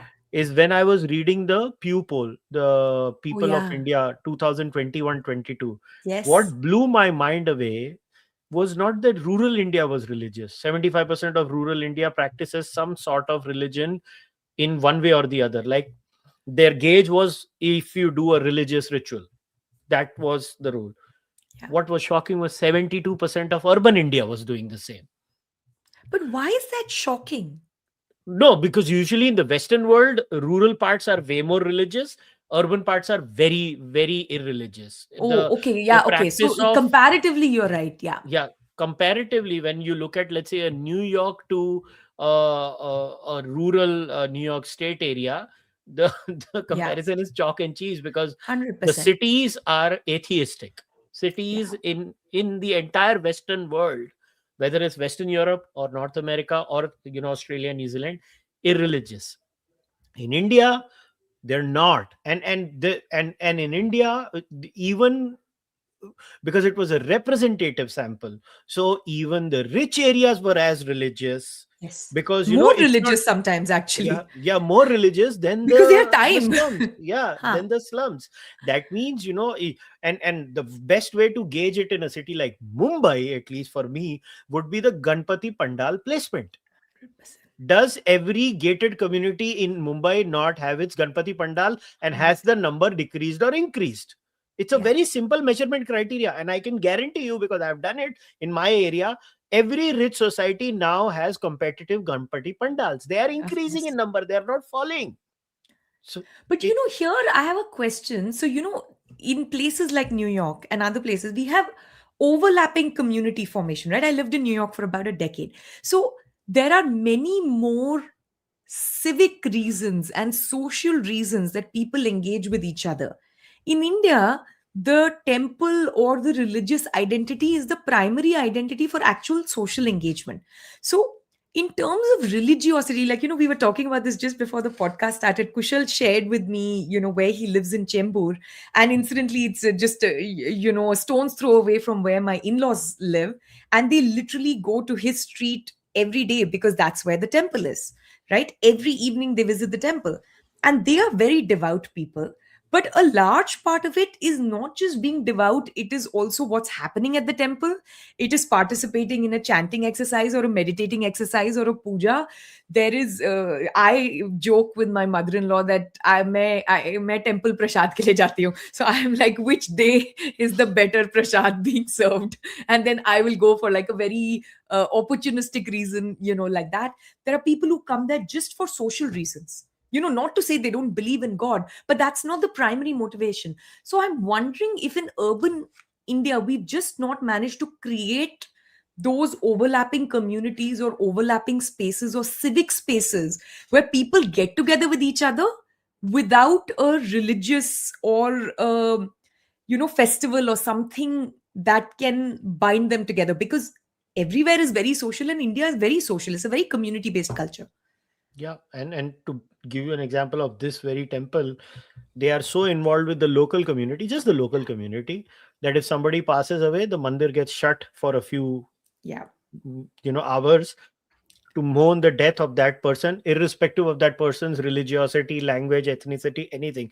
अगर वो मुसलमान भी होगा, अगर उस area का होगा, तो मंदिर mourn Huh. करता है उसकी death को. Huh. So I'm just, I understand, but now I'm going to take a few questions. Please. So why is building low cost housing via market forces untenable? What laws and policies slash corruption makes it so? I had written this for Mumbai specifically, hoping for some perspective. Yeah. So it's a combination of a few things. Housing is complicated everywhere because if it doesn't follow regulation, it can very easily be expropriated. So, think about, say, housing relative to other kinds of capital. Let's say you invested capital in a way that was not allowed per regulation, or, you did something a little bit dodgy, or you didn't pay tax on something else. It's very easy to hide. It's very, capital flight is the word that we use. So capital can move, right? Labor If you're in a place where the laws don't work for you, then labor is mobile. You can open your factory across the state, lines, or across the municipal lines, or something like that, and labor themselves can leave, right? There is labor in Bihar that goes and works in Tamil Nadu. Housing is fixed, which means the regulatory problem is always going to be harder on housing, because you can't hide it. So if you have not put in the correct number of windows, or the correct number of bedrooms, or the correct ceiling height, or the correct width of the staircase, very easy for the inspector Raj to show up and either extract enormous rents, which of course increases the cost, or they can demolish. So, there are examples in Mumbai, and Kushal can talk more about this. There are buildings which I think Alex Tabarrok had blogged about, one of my colleagues, when he was in Mumbai. That same building has been demolished some 3-4 times for being illegal. But it is so costly to build it legally, वो बस खड़ा कर देते हैं. It's like 4-5 stories. It's not a huge building. वो उसको illegally फिर से खड़ा कर देते हैं, 5-6 साल चलता है, then someone comes and demolishes that building. Right? I find that extraordinary. How costly must it be to follow regulation if the cheaper alternative is I'll just build it cheaply, and if you demolish, then उस दिन देखा जाएगा. Right? But for most people, housing, once it's built, you need it to exist for a really long period of time. I mean, you're taking 30-year mortgages or 15-year loans, you're putting in all your assets. For most people, that's their biggest asset. So making housing low cost has a lot to do with regulation. And this is regulation like urban land ceiling. Of course, in Mumbai, there are these FSI issues. There are some things which run in the shadow of regulation, which is things like litigation. So, there are some very interesting papers. I think Vaidehi Tandel, Alex Tabarrok, and Shamika Ravi wrote one of these papers on litigation. And the moment someone challenges a new building coming up in Mumbai, and how long the court takes to decide how much that increases the cost of housing or the total housing stock in that area. So if we solve the regulatory problem, if we increase FSIs, if we actually increase the public goods that it takes, then I think low cost housing is much easier to build. But I'll also give you a counter. Sorry, Kushal, I forgot who asked the question. The person's name was Divya. Divya. So No, Divya, I'll give you Divyam. Sorry, Divyam. Divyam. Sorry, Divyam. So I'll give you a counter example for the same thing. Recently, Louis C.K., the comedian, was traveling across the world, and he went to India. And this is what he said about India. He said, in New York City, homeless people are just lying on the road, and they're everywhere in the city in the winters. Like, many of them are drug addicts, or many of them are, war veterans and things like that, who have mental health problems. He said, in India, we don't see those many homeless people, like relative to the GDP per capita and the poverty in India. He's like, why? Because wherever you go, there are slums, there are all these blue tarpaulin, tenements that exist everywhere. So for very low cost, you can get some basic housing. Now, what an interesting insight that even in New York, the cost of building low cost housing is just so prohibitively high that in a country with GDP per capita of $65,000, we are not able to solve the problem because the regulation is bad. So, this problem exists everywhere in housing. Our responsibility, like your work shows in Mumbai, is even more so to really pull down that regulatory barrier and say, can we make, buildings really go up? In Mumbai, there's a second issue of slums and land rights and getting the appropriate land title and so on. That's a much more complicated and knotty issue, which is not as easy as just bad regulation, which we can talk about later. But that would be the simple answer to your very good question. So in Mumbai, it's very simple. SRA is a scam. It's a scam. Boss, I'm just saying the quiet part out loud. Every politician is going to make sure that SRA never goes, because sabko paisa banana hai. Everybody is involved in. So how are they making money off of SRA, if you can tell the listeners? Because it's not intuitive, right? Oh, it's a very simple thing, right? The money is not made through. See, the SRA is used to deflate the value of the land, then inflate the value of the land later on. The cut is that the slum gets X, but later on, see, built in India, in Mumbai especially, actually real estate prices are supposed to fall. Like, imagine the resistance to something like the development of Dharavi. The first Dharavi plan, people don't remember, like a proper plan, was actually proposed during Vajpayee time. Yeah. Vajpayee did not dare touch it. He did not dare. I remember the people who worked on it. One of them was someone I looked up to. His name was Gaurang Damani. Gaurang Bhai was he's no longer with us. He passed away through an unfortunate stroke at a very young age. He was my inspiration to get into social political work in the first place.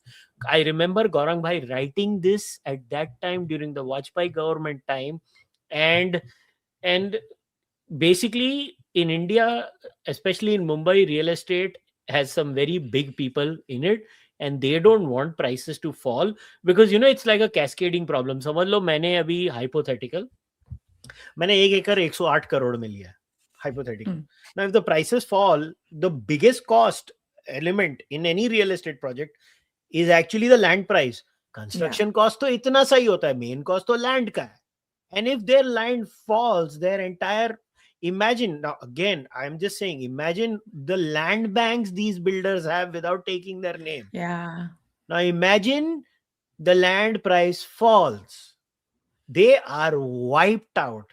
And in that's why these slums, initially slums were there to capture land. Just, I don't know how else to say it, they were capturing land. Even the jhopadpatti walas were strategically placed there by some local person.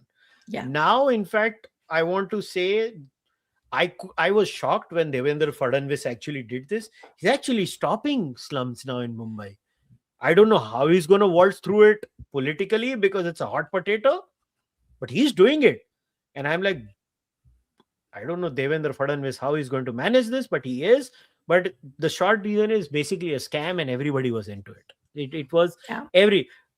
and now look, But ima- Kushal, there's also been some learning in the policy and the political community, right? Remember earlier, this is before the Vajpayee government also, everything about slum rehabilitation used to be, हम उन्हें कहीं और घर दे देंगे, right? And then it took a long time for Indian policymakers, activists, everyone to realize, no, you can't move that group somewhere else. They need to be stay in there. that part of the city and need to remain almost exactly where they were in the slum tenement. And I feel like that learning took a really long time, and that has now penetrated, the Indian polity. Like in Ahmedabad, we've had very successful slum redevelopment happen in the same location, right? People actually had to move out for It's a little happening in bit. Mumbai.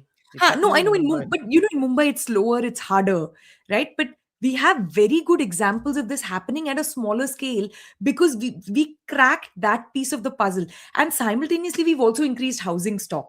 So somehow now it seems like a less, I don't know, Herculean problem than it used to feel like maybe 30 years ago. I don't know. So I always tell people, you see these tall towers and you see those block houses right Yeah. around the tall towers. That is the slum rehab. Yeah. So everybody is happy.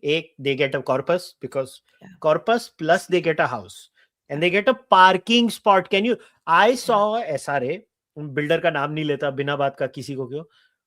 Boss, the people living in that slum had 2-car parking and they had cars. I was like, ये कैसा slum है उसके पास गाड़ी है. No, but our slums are very productive. Dharavi is one of the most entrepreneurial places in the world. Like, not, I mean, when I went to Dharavi, it felt like a slightly dirtier version of, those Hong Kong tenements that I visited maybe 25, 30 years ago. They are bursting with entrepreneurs. A lot of it is high value, Do you not know what all of is it is low value. You know what is considered to be a great real estate investment these days in Mumbai? No. Jhopda. I'm not kidding. I am dead serious. You buy a jhopda, keep it in your name. I know many people. I am not making this up, guys. 5-5, 10-10 झोपड़ा खरीद के बैठ जाते हैं And then और they're just wait living off करते the हैं. rents of that and then wait for No, one day they when it gets wait for transformed. the SRA to go through. They invest in the Ah. jhopda. They park that money. The poor person is more than happy because pakke slums bhi to hote hain na paperwork ke sath. So what they do is they buy that slum, make it on their name, and then when the redevelopment happens, they They make get a a new killing. slum and they make a killing out of that increase, and then they rent it out. Yeah. So it's crazy the kind of jugaad people do. So I am an MSc bioscience graduate. I'm deeply passionate about public policy, but I have no formal background in it. What is the most realistic entry point for someone who wants to transition into policy research? Like, this is, Yeah, you can answer this. great question. So, there are lots of, I don't know at what level you want to engage with policy, but, one program where I've also lectured, which I find fantastic, and they're very balanced, very centrist, is Takshashila Institution. They have an excellent program. It is intended for people who actually have other jobs and a full life. The classes happen online and they happen like on weeknights and things like that. And then, of course, there's a lot of, community building. You're part of a cohort, you become their alumni, you're part of a lot of discussions. And I don't think it's prohibitively expensive. Plus, they have scholarships. So that is one kind of entry point if you want it to be a little bit formal. And because you're an MSc in bioscience, I imagine that you're looking for like a course kind of thing.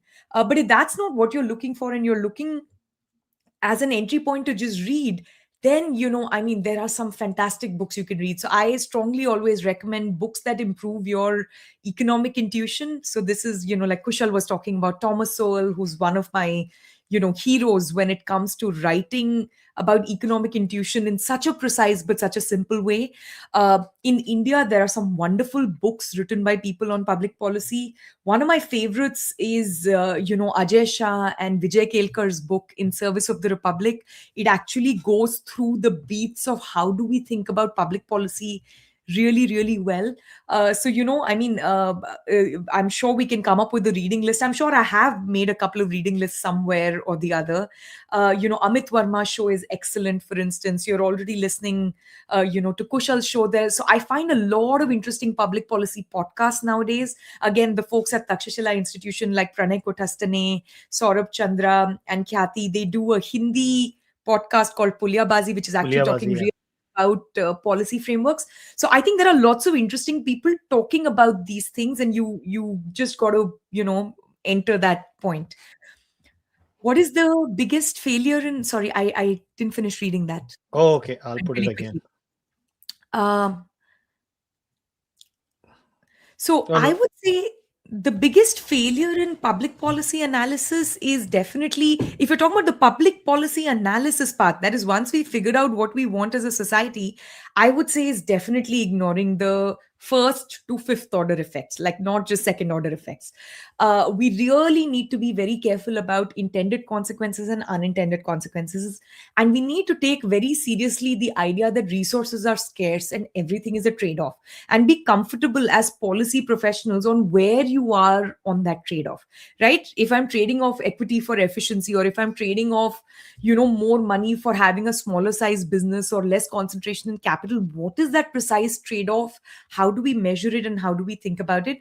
But the biggest failure in policy analysis today is also we don't do much policy analysis. So I would actually want this to become a very big growth industry, where on the demand side, all of us as citizens don't just want a magic wand to go through. We want to be engaged and say, hey, give us the policy alternatives so that we can actually understand what's happening, as opposed to, like treating your chief minister or prime minister or whoever, the powers that be, as some kind of benevolent person with a magic wand who has some magic solution to make the problem go away. So we just need to be more thoughtful and more engaged, I think, and actually do the analysis.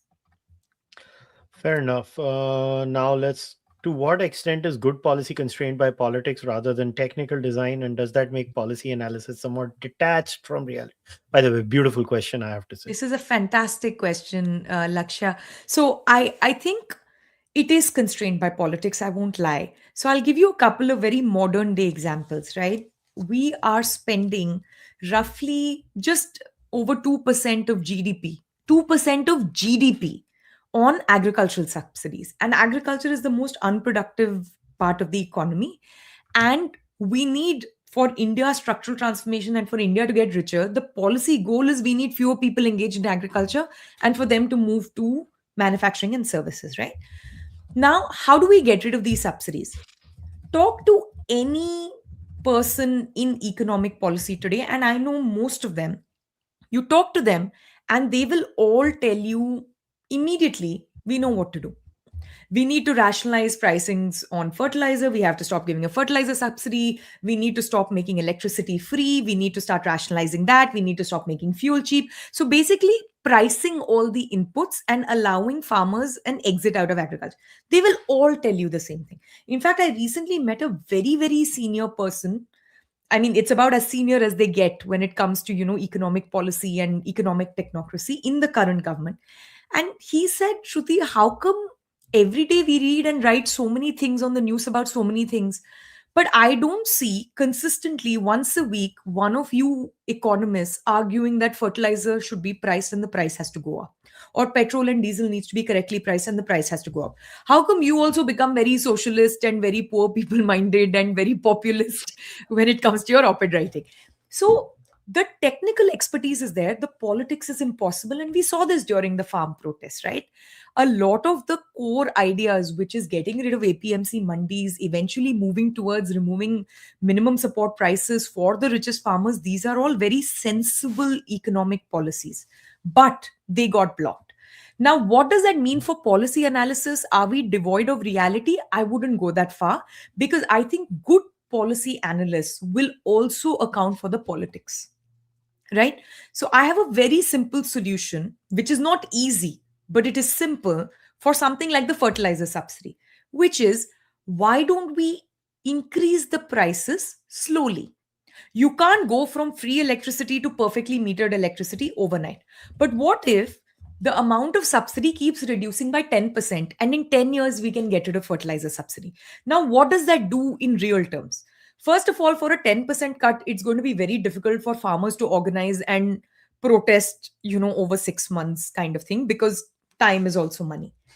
But the second issue there is, it gives them 10 years to figure out their exit plan from farming, right? Now imagine your own situation. You say that you became an engineer, and tomorrow all these engineering jobs are going to disappear, or the government is going to ban them, or the government is going to do something else. You're like, hey, I studied K through 12. I went to all these coaching classes. I did everything right. I became an engineer. Human capital is not like Lego blocks that you can just pick it apart and rejig it, right? I need to actually spend a few years training and becoming something else. I don't know if I'll become a musician or a podcaster or something else. You have to give me time. So I think we need to do the same thing. And I think it was in the Vajpayee government that Yashwant Sinha did this. They were trying to reduce tariffs. And Kushal, what they did was, he said, we will eclipse the tariff, we'll reduce 5% per year. And they actually did it. And they stuck with it. So over a period of 5 years, the tariffs came down by quite a lot.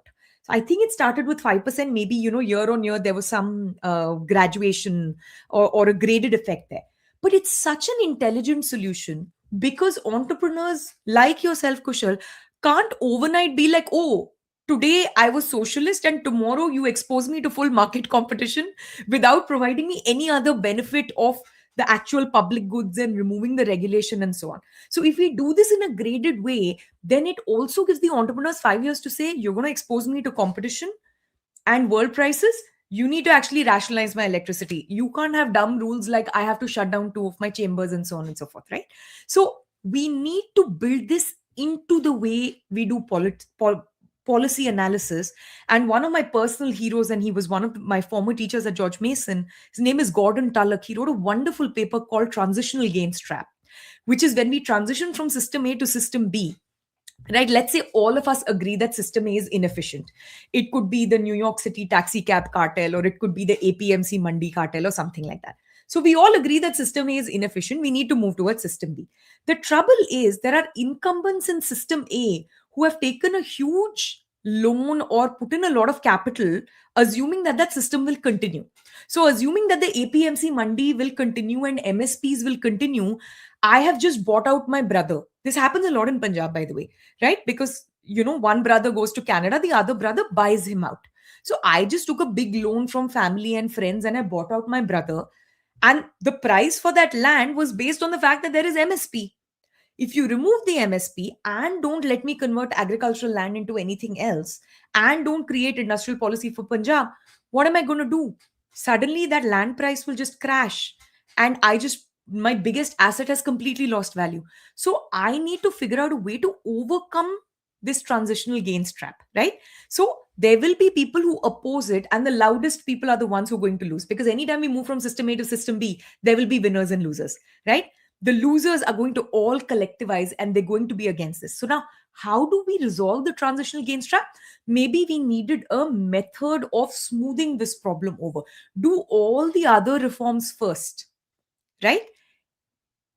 APMC and MSP should have been the last after removing all the other problems with agriculture in Punjab, right? You can standardize and you can slowly start rationalizing water prices, fertilizer prices, input prices over a 10-year period.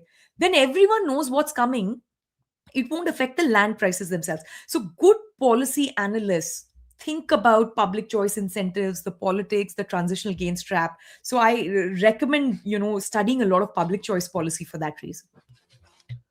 The biggest thing, in my opinion, when we are doing anything, whether it's policy analysis or probably analysis of any single subject, is we should start with the premise that we don't know anything. The biggest problem is people when they start with the premise that I have an instinct of not liking something or disliking Yeah, something or liking something, either way, is that I start looking for evidence that supports yeah, my preconceived notion. And I'm not saying I've not done it in the past, I've done it in the past too, but most policy analysis suffers from human frailties. Like, I give the analogy of the deep state. Everybody's obsessed with the deep state. I once sat down, as someone who's had former raw chiefs on his podcast, I often try to tell people is that, do you realize even raw chiefs are humans? They suffer from the same frailties you and I have. yes, So if you and I are susceptible, then even the raw chief is susceptible, and the deep state is also susceptible. So is there a deep state? Yes. The deep state can consistently mess up is also a yes. yes, So, people tend to overestimate and underestimate the deep state. Like when the state gets its act together, भाई तू दुनिया के किसी भी कोने में होगा वो तेरे को उठा लेगी. yeah, But most of the times they mess up is because they're humans like you and yeah, I. So yeah, policy analysis can never be devoid of human emotions. Policy yeah, analysis has to factor in cultural realities, social yeah, realities, economic realities. Like, the risk-taking appetite of a society like America, which is $65,000 per annum, is going to be yeah, magnanimously different than probably what we are at $2,800 to $3,000. yeah, At the same time, in India, caste is a reality. yeah, Bhai, why are we not denying that? Like in the Jain community, right? Internal loans are given, boss. Their risk taking appetite is way more because their yeah, just simple access to finance yeah, for a Jain is way more absolutely. than any other community in India. 2 minute mein Yeah, paisa utha lete hain. yeah, In their community, they have someone who's like the dalals are called Nana Dalal. And like the Nana Dalal is so famous, like in Mumbai, in Gujarat, and all these. yeah, Just like India mein black money hota hai, the ease with which hawala happens in India is hilarious. yeah. Even today it happens with Even like today. relative ease, and it is controlled. And these factors, when we do, I think most policy analysis actually, what happens is, and this is not a jibe at any particular person, what I have experienced is when a lot of these papers and analyses are done, they don't look at this side. The biggest flaw I have often said is that most economists don't talk to businessmen, and especially small businessmen who are Yeah, affected the most by policy. What yeah, happens is when you tend to be an academic professor, you end up getting an appointment with like something as small like this. Shruti, most Indians did not even know that for all the make in India, Bharat mein banao, all that, the big four are designing India's policies now. I know it's very depressing, but you've made such an important point. Honestly, Kushal, my personal method of looking at India and writing has changed since I started working with startups and giving out grants to small company. It's really like where the rubber hits the road, right? Another way of saying it like an economist is, I study so many different policies, I don't know what the binding constraint is, right? In Gujarat, land is not the binding constraint, right? Electricity is not the binding constraint. They've solved those problems. The binding constraint is something else. Oftentimes it's access to good cheap labor or highly skilled labor, or it may be some other question. In Tamil Nadu, electricity is still very much a binding constraint. Electricity is a serious problem and we messed it up and it's too costly, right? And in Bihar, none of these are binding constraints because वहां पे factory शुरू करना itself is so impossibly hard. So unless you talk to the entrepreneur and also the people who tried to be entrepreneurs or want to be entrepreneurs and looked into the matter and couldn't be entrepreneur, it is impossible uh, at just an economist bird's eye view to really know what's happening. So, the final answer to the excellent question that was asked is, how do we become better policymakers? Just talk to the people who are affected by the policy. I mean, that sounds like such a basic thing to say, but I can't emphasize it enough. You can't just learn by reading, you have to look outside your window in the real world. I learned so much just looking at traffic patterns in India. You learn so much. Honestly, Kushal, you learn so much about state capacity. I was recently having this conversation with a friend. My parents live in Noida. If you go to Noida is incredibly messed up in state capacity and also amazing, and you see everything on the road. In Noida, traffic lights are a suggestion. Half the time they don't work, or if they work, no one follows them. Okay. We have no traffic cops. In Noida, in newspapers, you will see front page khabar aise chapegi, delivery boy attacked on express highway and all his pizzas got stolen by some goons. Okay. And Noida is a rich place. You don't need to steal pizzas from a Swiggy tomato delivery guy, right? This is on the one hand. On the other hand, any Noida listeners out there, just take a look at this. Any road you see in Noida has trees on both sides and has trees on the divider. Okay? Same state. Same state is making the road, same state is doing the traffic lights, traffic cops, and trees. And I was thinking about it, and I was like, something? Trees are very visible to politicians and senior bureaucrats when they're driving on a road. A good road and trees are visible. And trees you can't produce overnight because if VIP is going to come 5 months later, or the prime minister or chief minister comes once in 8 years, now that day you can't magically have an 8-year-old tree in that spot. So the horticultural department either works and works really well or doesn't work at all. Traffic lights we can solve. जिस दिन मोदी जी जा रहे हैं आगरा, हम लगा देंगे उस दिन काम करेगा.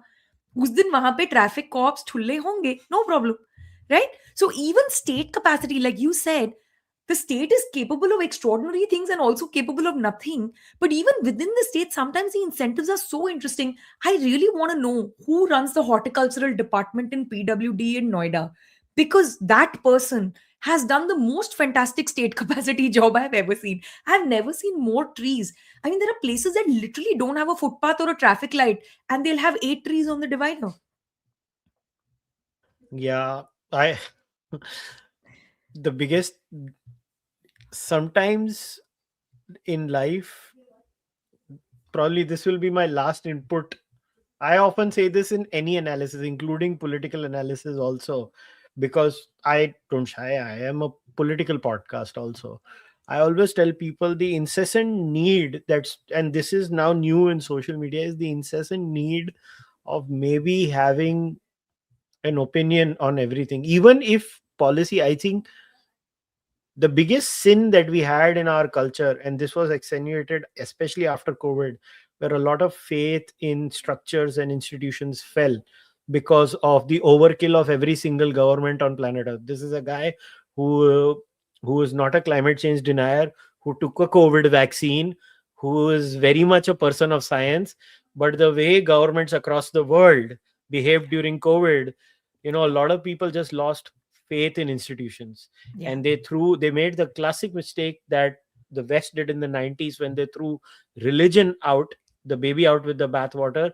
I think a lot of people are making the classic mistake today of throwing every institution out because they have lost faith. The Yeah. thing is that when we have lesser opinions, we are able to focus more on some things. And वो होता है ना कि आज दिल्ली जिमखाना पे बात हो रही है तो मैं दिल्ली जिमखाना एक्सपर्ट हूँ भाई. मतलब it's simple. When media called me, I told them, bhai, I only know Chembur Gymkhana. And they stopped Which is a bothering me. fantastic institution because I have been there. Yeah. and I did not, talk about when you don't have an incessant need, and this is for everybody who wants to analyze policy, when you don't crave for the incessant need to opine on every single trend on social media. Like I met Shiv Arur. मैंने joke मारा कि Shiv mediocre food खा रहा था. That freaking stupid thing was trending on Twitter. What a moronic thing to trend. And Shiv, मैंने जब find out किया, मैंने शिव को मैसेज किया, मला देख क्या हाल है दुनिया के. एंड शिव वाज लाफिंग, बोलता है साले ये क्यों ट्रेंड कर रहा है. आई वाज लाइक यार भाई, ना तू ना मैं तो मस्ती कर रहा था. एंड ही इज लाइक यार ठीक है, it's okay, whatever is done. But the point is we But people take it seriously, Kushal. I don't know. To me, that seems like a wonderful thing. No, it's terrible. क्या है, मैं एक joke मारा है, उसको trend क्यों कर रहे हो तुम लोग? तो तुम लोग ठीक से पागल तुम्हें हो. बताना चाहिए ना, जोक मारा है. वो उनको कहने समझ नहीं आया होगा. अरे it is ridiculous. And it was trending. It was like Yeah, 1.4 1.5 million views, that stupid tweet. And I was like, Shiv मेरे को बोल रहा था, बोलता है यार मैंने इसी वाहियात चीज ट्रेंडिंग नहीं देखी. मैंने बोला बस तेरी गलती है, तू साला मेरे से ज्यादा फेमस था. मैंने तो मस्ती की. We just had lunch in Bangalore, that's all. मैंने और शिव ने किया था. But I think somewhere down the line we need to stop having too many opinions also. And this is the one thing that made me a better analyst, when I stopped having opinions on many things. Like, it's simple change. I just didn't care about the latest outrage. And yeah, I think the last thing I would say is hang out with more intelligent people, especially people who will correct you. Who will correct you. Now, the biggest, like I always say this, when I started my policy podcast with Tushar, the amount of things that I have been able to learn just by having conversations with Tushar, yeah, because he's a policy wonk, and his bias is clear, and he doesn't mind me disagreeing with him. And yeah. the amount of things I could learn because I was able to suspend myself for a while and listen to another person. And firm believer हूं मैं अभी कि थोड़े smart लोगों के साथ hang out करो, वो रब ऑफ हो जाता है. Yeah, more than just the smart person, I think most people are actually quite intelligent. I'll tell you what I find very useful. I find it very useful to assume that people actually fundamentally want something very similar to what I want. Like, like I said, this is my dream for India, right? Like, India should be freer, Indians should be richer. There is hardly anyone I know, especially in India, who disagrees with me at that basic premise. So when I meet people who have very divergent views from mine, or like diametrically opposite views from mine, it's actually quite interesting to work out what are their assumptions and why are they ending up on the other side when we both at least ostensibly want the same thing. So actually I find it very beneficial to also talk to people who completely disagree with me, which is exactly what you're talking about, right? Like your Socratic method and engaging with people, whether it's your listeners who are typing in questions on a live stream, or your guests. That I find very interesting. Just as, and I don't even mean this is going to make the nation better or something, I'm saying just very selfishly for our own intellectual growth. You're like, oh, the problem is at the assumption level, or the problem is I am taking this kind of research or literature as given and they are looking at some other literature, or it is, they think there's only one way to have more women in politics, whereas I think there are many other ways. So that ends up getting really sharpened, and I generally think that makes us better policy analysts. And our intellectual inability to handle cognitive dissonance. Like, if somebody had once asked me, I am very much in favor of more women in politics. In fact, I had done 7 years ago, I did a podcast on how Panchayati Raj, the Yeah, reservations for women, actually now worked. objectively Yeah, have yeah, worked. but It it is took 30 proven. years. Huh. 30 years, but it worked. Works. Now but when somebody had asked me a long time ago, they got very flustered when I said this. They're like, but how did you analyze it? I was like, the first question I asked myself was, should women be in politics? And he was like, ये कैसा question है? मैंने बोला मगर मैंने ये पूछा. बोलता है ऐसे थोड़ी ना होता. मैंने बोला नहीं, मैं should main be in politics भी पूछता हूँ. मैंने बोला मगर जब तक आप ये अनकंफर्टेबल क्वेश्चंस नहीं पूछोगे, आप वो स्टेप बाय स्टेप प्रोसेस नहीं करोगे, आपको कभी भी ट्रूथ नहीं मिलेगा. And in somewhere I think honest analysis leads to a lot of your imaginary castles being broken. The amount of times I'm like, बाप रे मैं कितना बेवकूफ था, मैं ये थॉट रख रहा था और ये तो डेटा तो कुछ और ही रियलिटी बता रहा है. And another tragedy of India is policy analysis is done on anecdotes, which is a grave sin. One of the reasons मैंने तो तुम्हें offline भी बोला है कि the reasons I actually admired your work was you have never made the sin of using an anecdote to superimpose to a larger reality. Because the famous I use the Hitchens argument on this. What is asserted by anecdotes should be dismissed by anecdotes. Yeah. I always say this to people, and in Indian discourse or global discourse today, and this has percolated in policy now because social Yeah. media has democratized since. So people who are incapable of reading studies now use anecdotes to make policy proposals. They're like, Yeah. मैं इधर गया था, you know how it is, मैं आज रास्ते में चला रहा हूँ, left hand side of the road में खड्डा था, फिर उसके बाजू वाली रोड में खड्डा था, तो मतलब मुझे ये करना है, जैसे जैसे खड्डे मिटल गए, and you know the Indian politicians, they make laws to show people हम कुछ कर रहे हैं ना. कर रहे हैं. That is, but before we go, just one last message. I laughed my Yes. ass off actually internally on preference for stable jobs. I did the sin of joining a startup instead of preparing for sarkari exams, then doubled down with a fully funded USMS. I am now condemned by my relatives for working in the US private sector. Why? You should not be condemned, you should be celebrated. And young kids, I'm actually so happy now, at least in Mumbai, I come across young kids, you know, who are like that child you were talking about. They have a Yeah. lot more risk appetite. But Shruti, before we leave, first of all, I have taken 2 hours plus of your time, so I apologize. I had promised you one No, and a half thank hour. you. No, but thank you. This was a wonderful conversation. You are an incredible interlocutor. Your listeners send incredible questions. This was enormous amounts of fun. So I will, before we go, I will leave you with the last word because it's very important. Uh, uh, just a good way to make use of the most modern technologies like ChatGPT and other things. For those of you who are very interested in policy, who read very dense work and can't understand it, my favorite prompt, and I'm saying this even today, there are areas in economics where I'm not an expert, right? My favorite prompt even today is, can you explain this to me like I'm a 10th grader? Or can you explain this to me like I'm a college freshman? Can you walk me through all the assumptions? Now a lot of these tools have become available. The free version, I know there are limits to it, but most people who are tuning into this live stream would have it. I would say pick your favorite policy, and there is a wonderful benefit to self learning and self teaching, right? And the modern day tools make it possible. So I love that you listen to Kushal, and thank you for listening to me for such a long period of time. But experiment with this yourself and start thinking and writing and tweeting about it. And I think that's the way we grow this business out. Absolutely. I 100% endorse what she's saying. Again, I will just say this. Bulle Shah said the greatest line, मैं एहो ही जानिया कि मैं कुछ नहीं जानिया.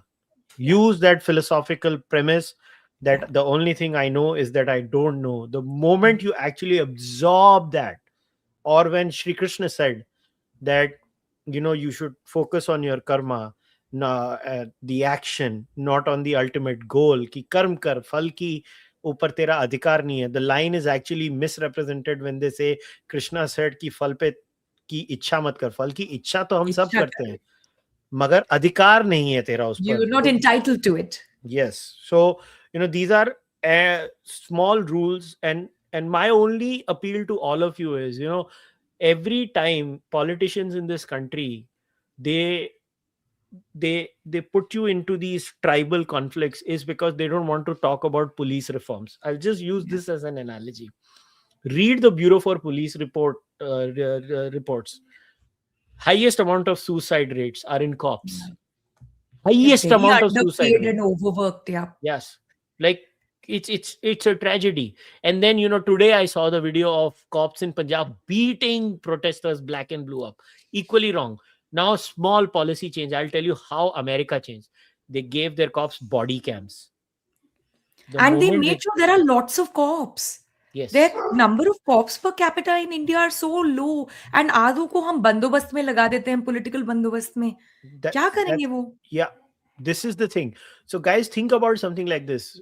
If you I'm not saying tribal conflicts cannot be discussed, even I discuss them, but I at the same time try to discuss the cops issue of India, which I believe 90 why Indian economy is far more stable now is because internal security in India year after year is 100%. becoming Yeah, yeah. better.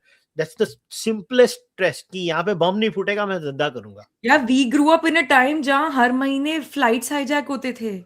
Yes. It Yeah. is a So terrifying time, you know. yeah. It's yeah. So no, absolutely. So again, pick your favorite policy area, like Kushal said. I recommend a lot of the modern tools. The internet is a ridiculous place, but it's also a wonderful place, especially with the modern tools. You can limit your prompt. You can just upload a PDF and say, "How do I understand this incomprehensible paper?"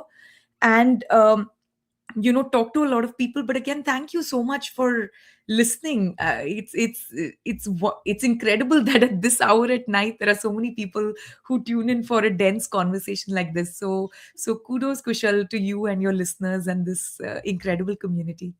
No, it's my absolute pleasure. And the one thing I take a lot of pride in, maybe before, is that it's been 8 years now, and I've been able to create the small group of people who are very serious listeners, who, like, average listening times on my podcasts are very high Wow. compared to, let's say, a normal person's podcast.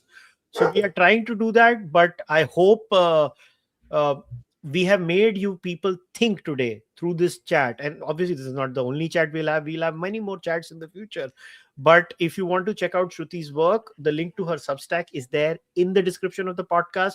I would highly recommend you read her work and listen to the podcast that she hosts. It's a wonderful podcast. I listen to it regularly. Thank you so Also, you much. can follow Shruti on X. The handle is there. And remember, this podcast that I have created, the reason we don't do ad reads on this podcast is so that we can have any discussion that we Yeah. want to, without any fear. We want to talk about caste, religion, economics, anything. We want to talk about anything. We should be free to explore ideas where anybody can get offended at any time. And that happens because you join the membership of this podcast. So do consider that. I will leave you guys with this tonight. And in the afternoon time or the morning time over here for us. I'll see you guys next time. Until then, take care. Bye bye.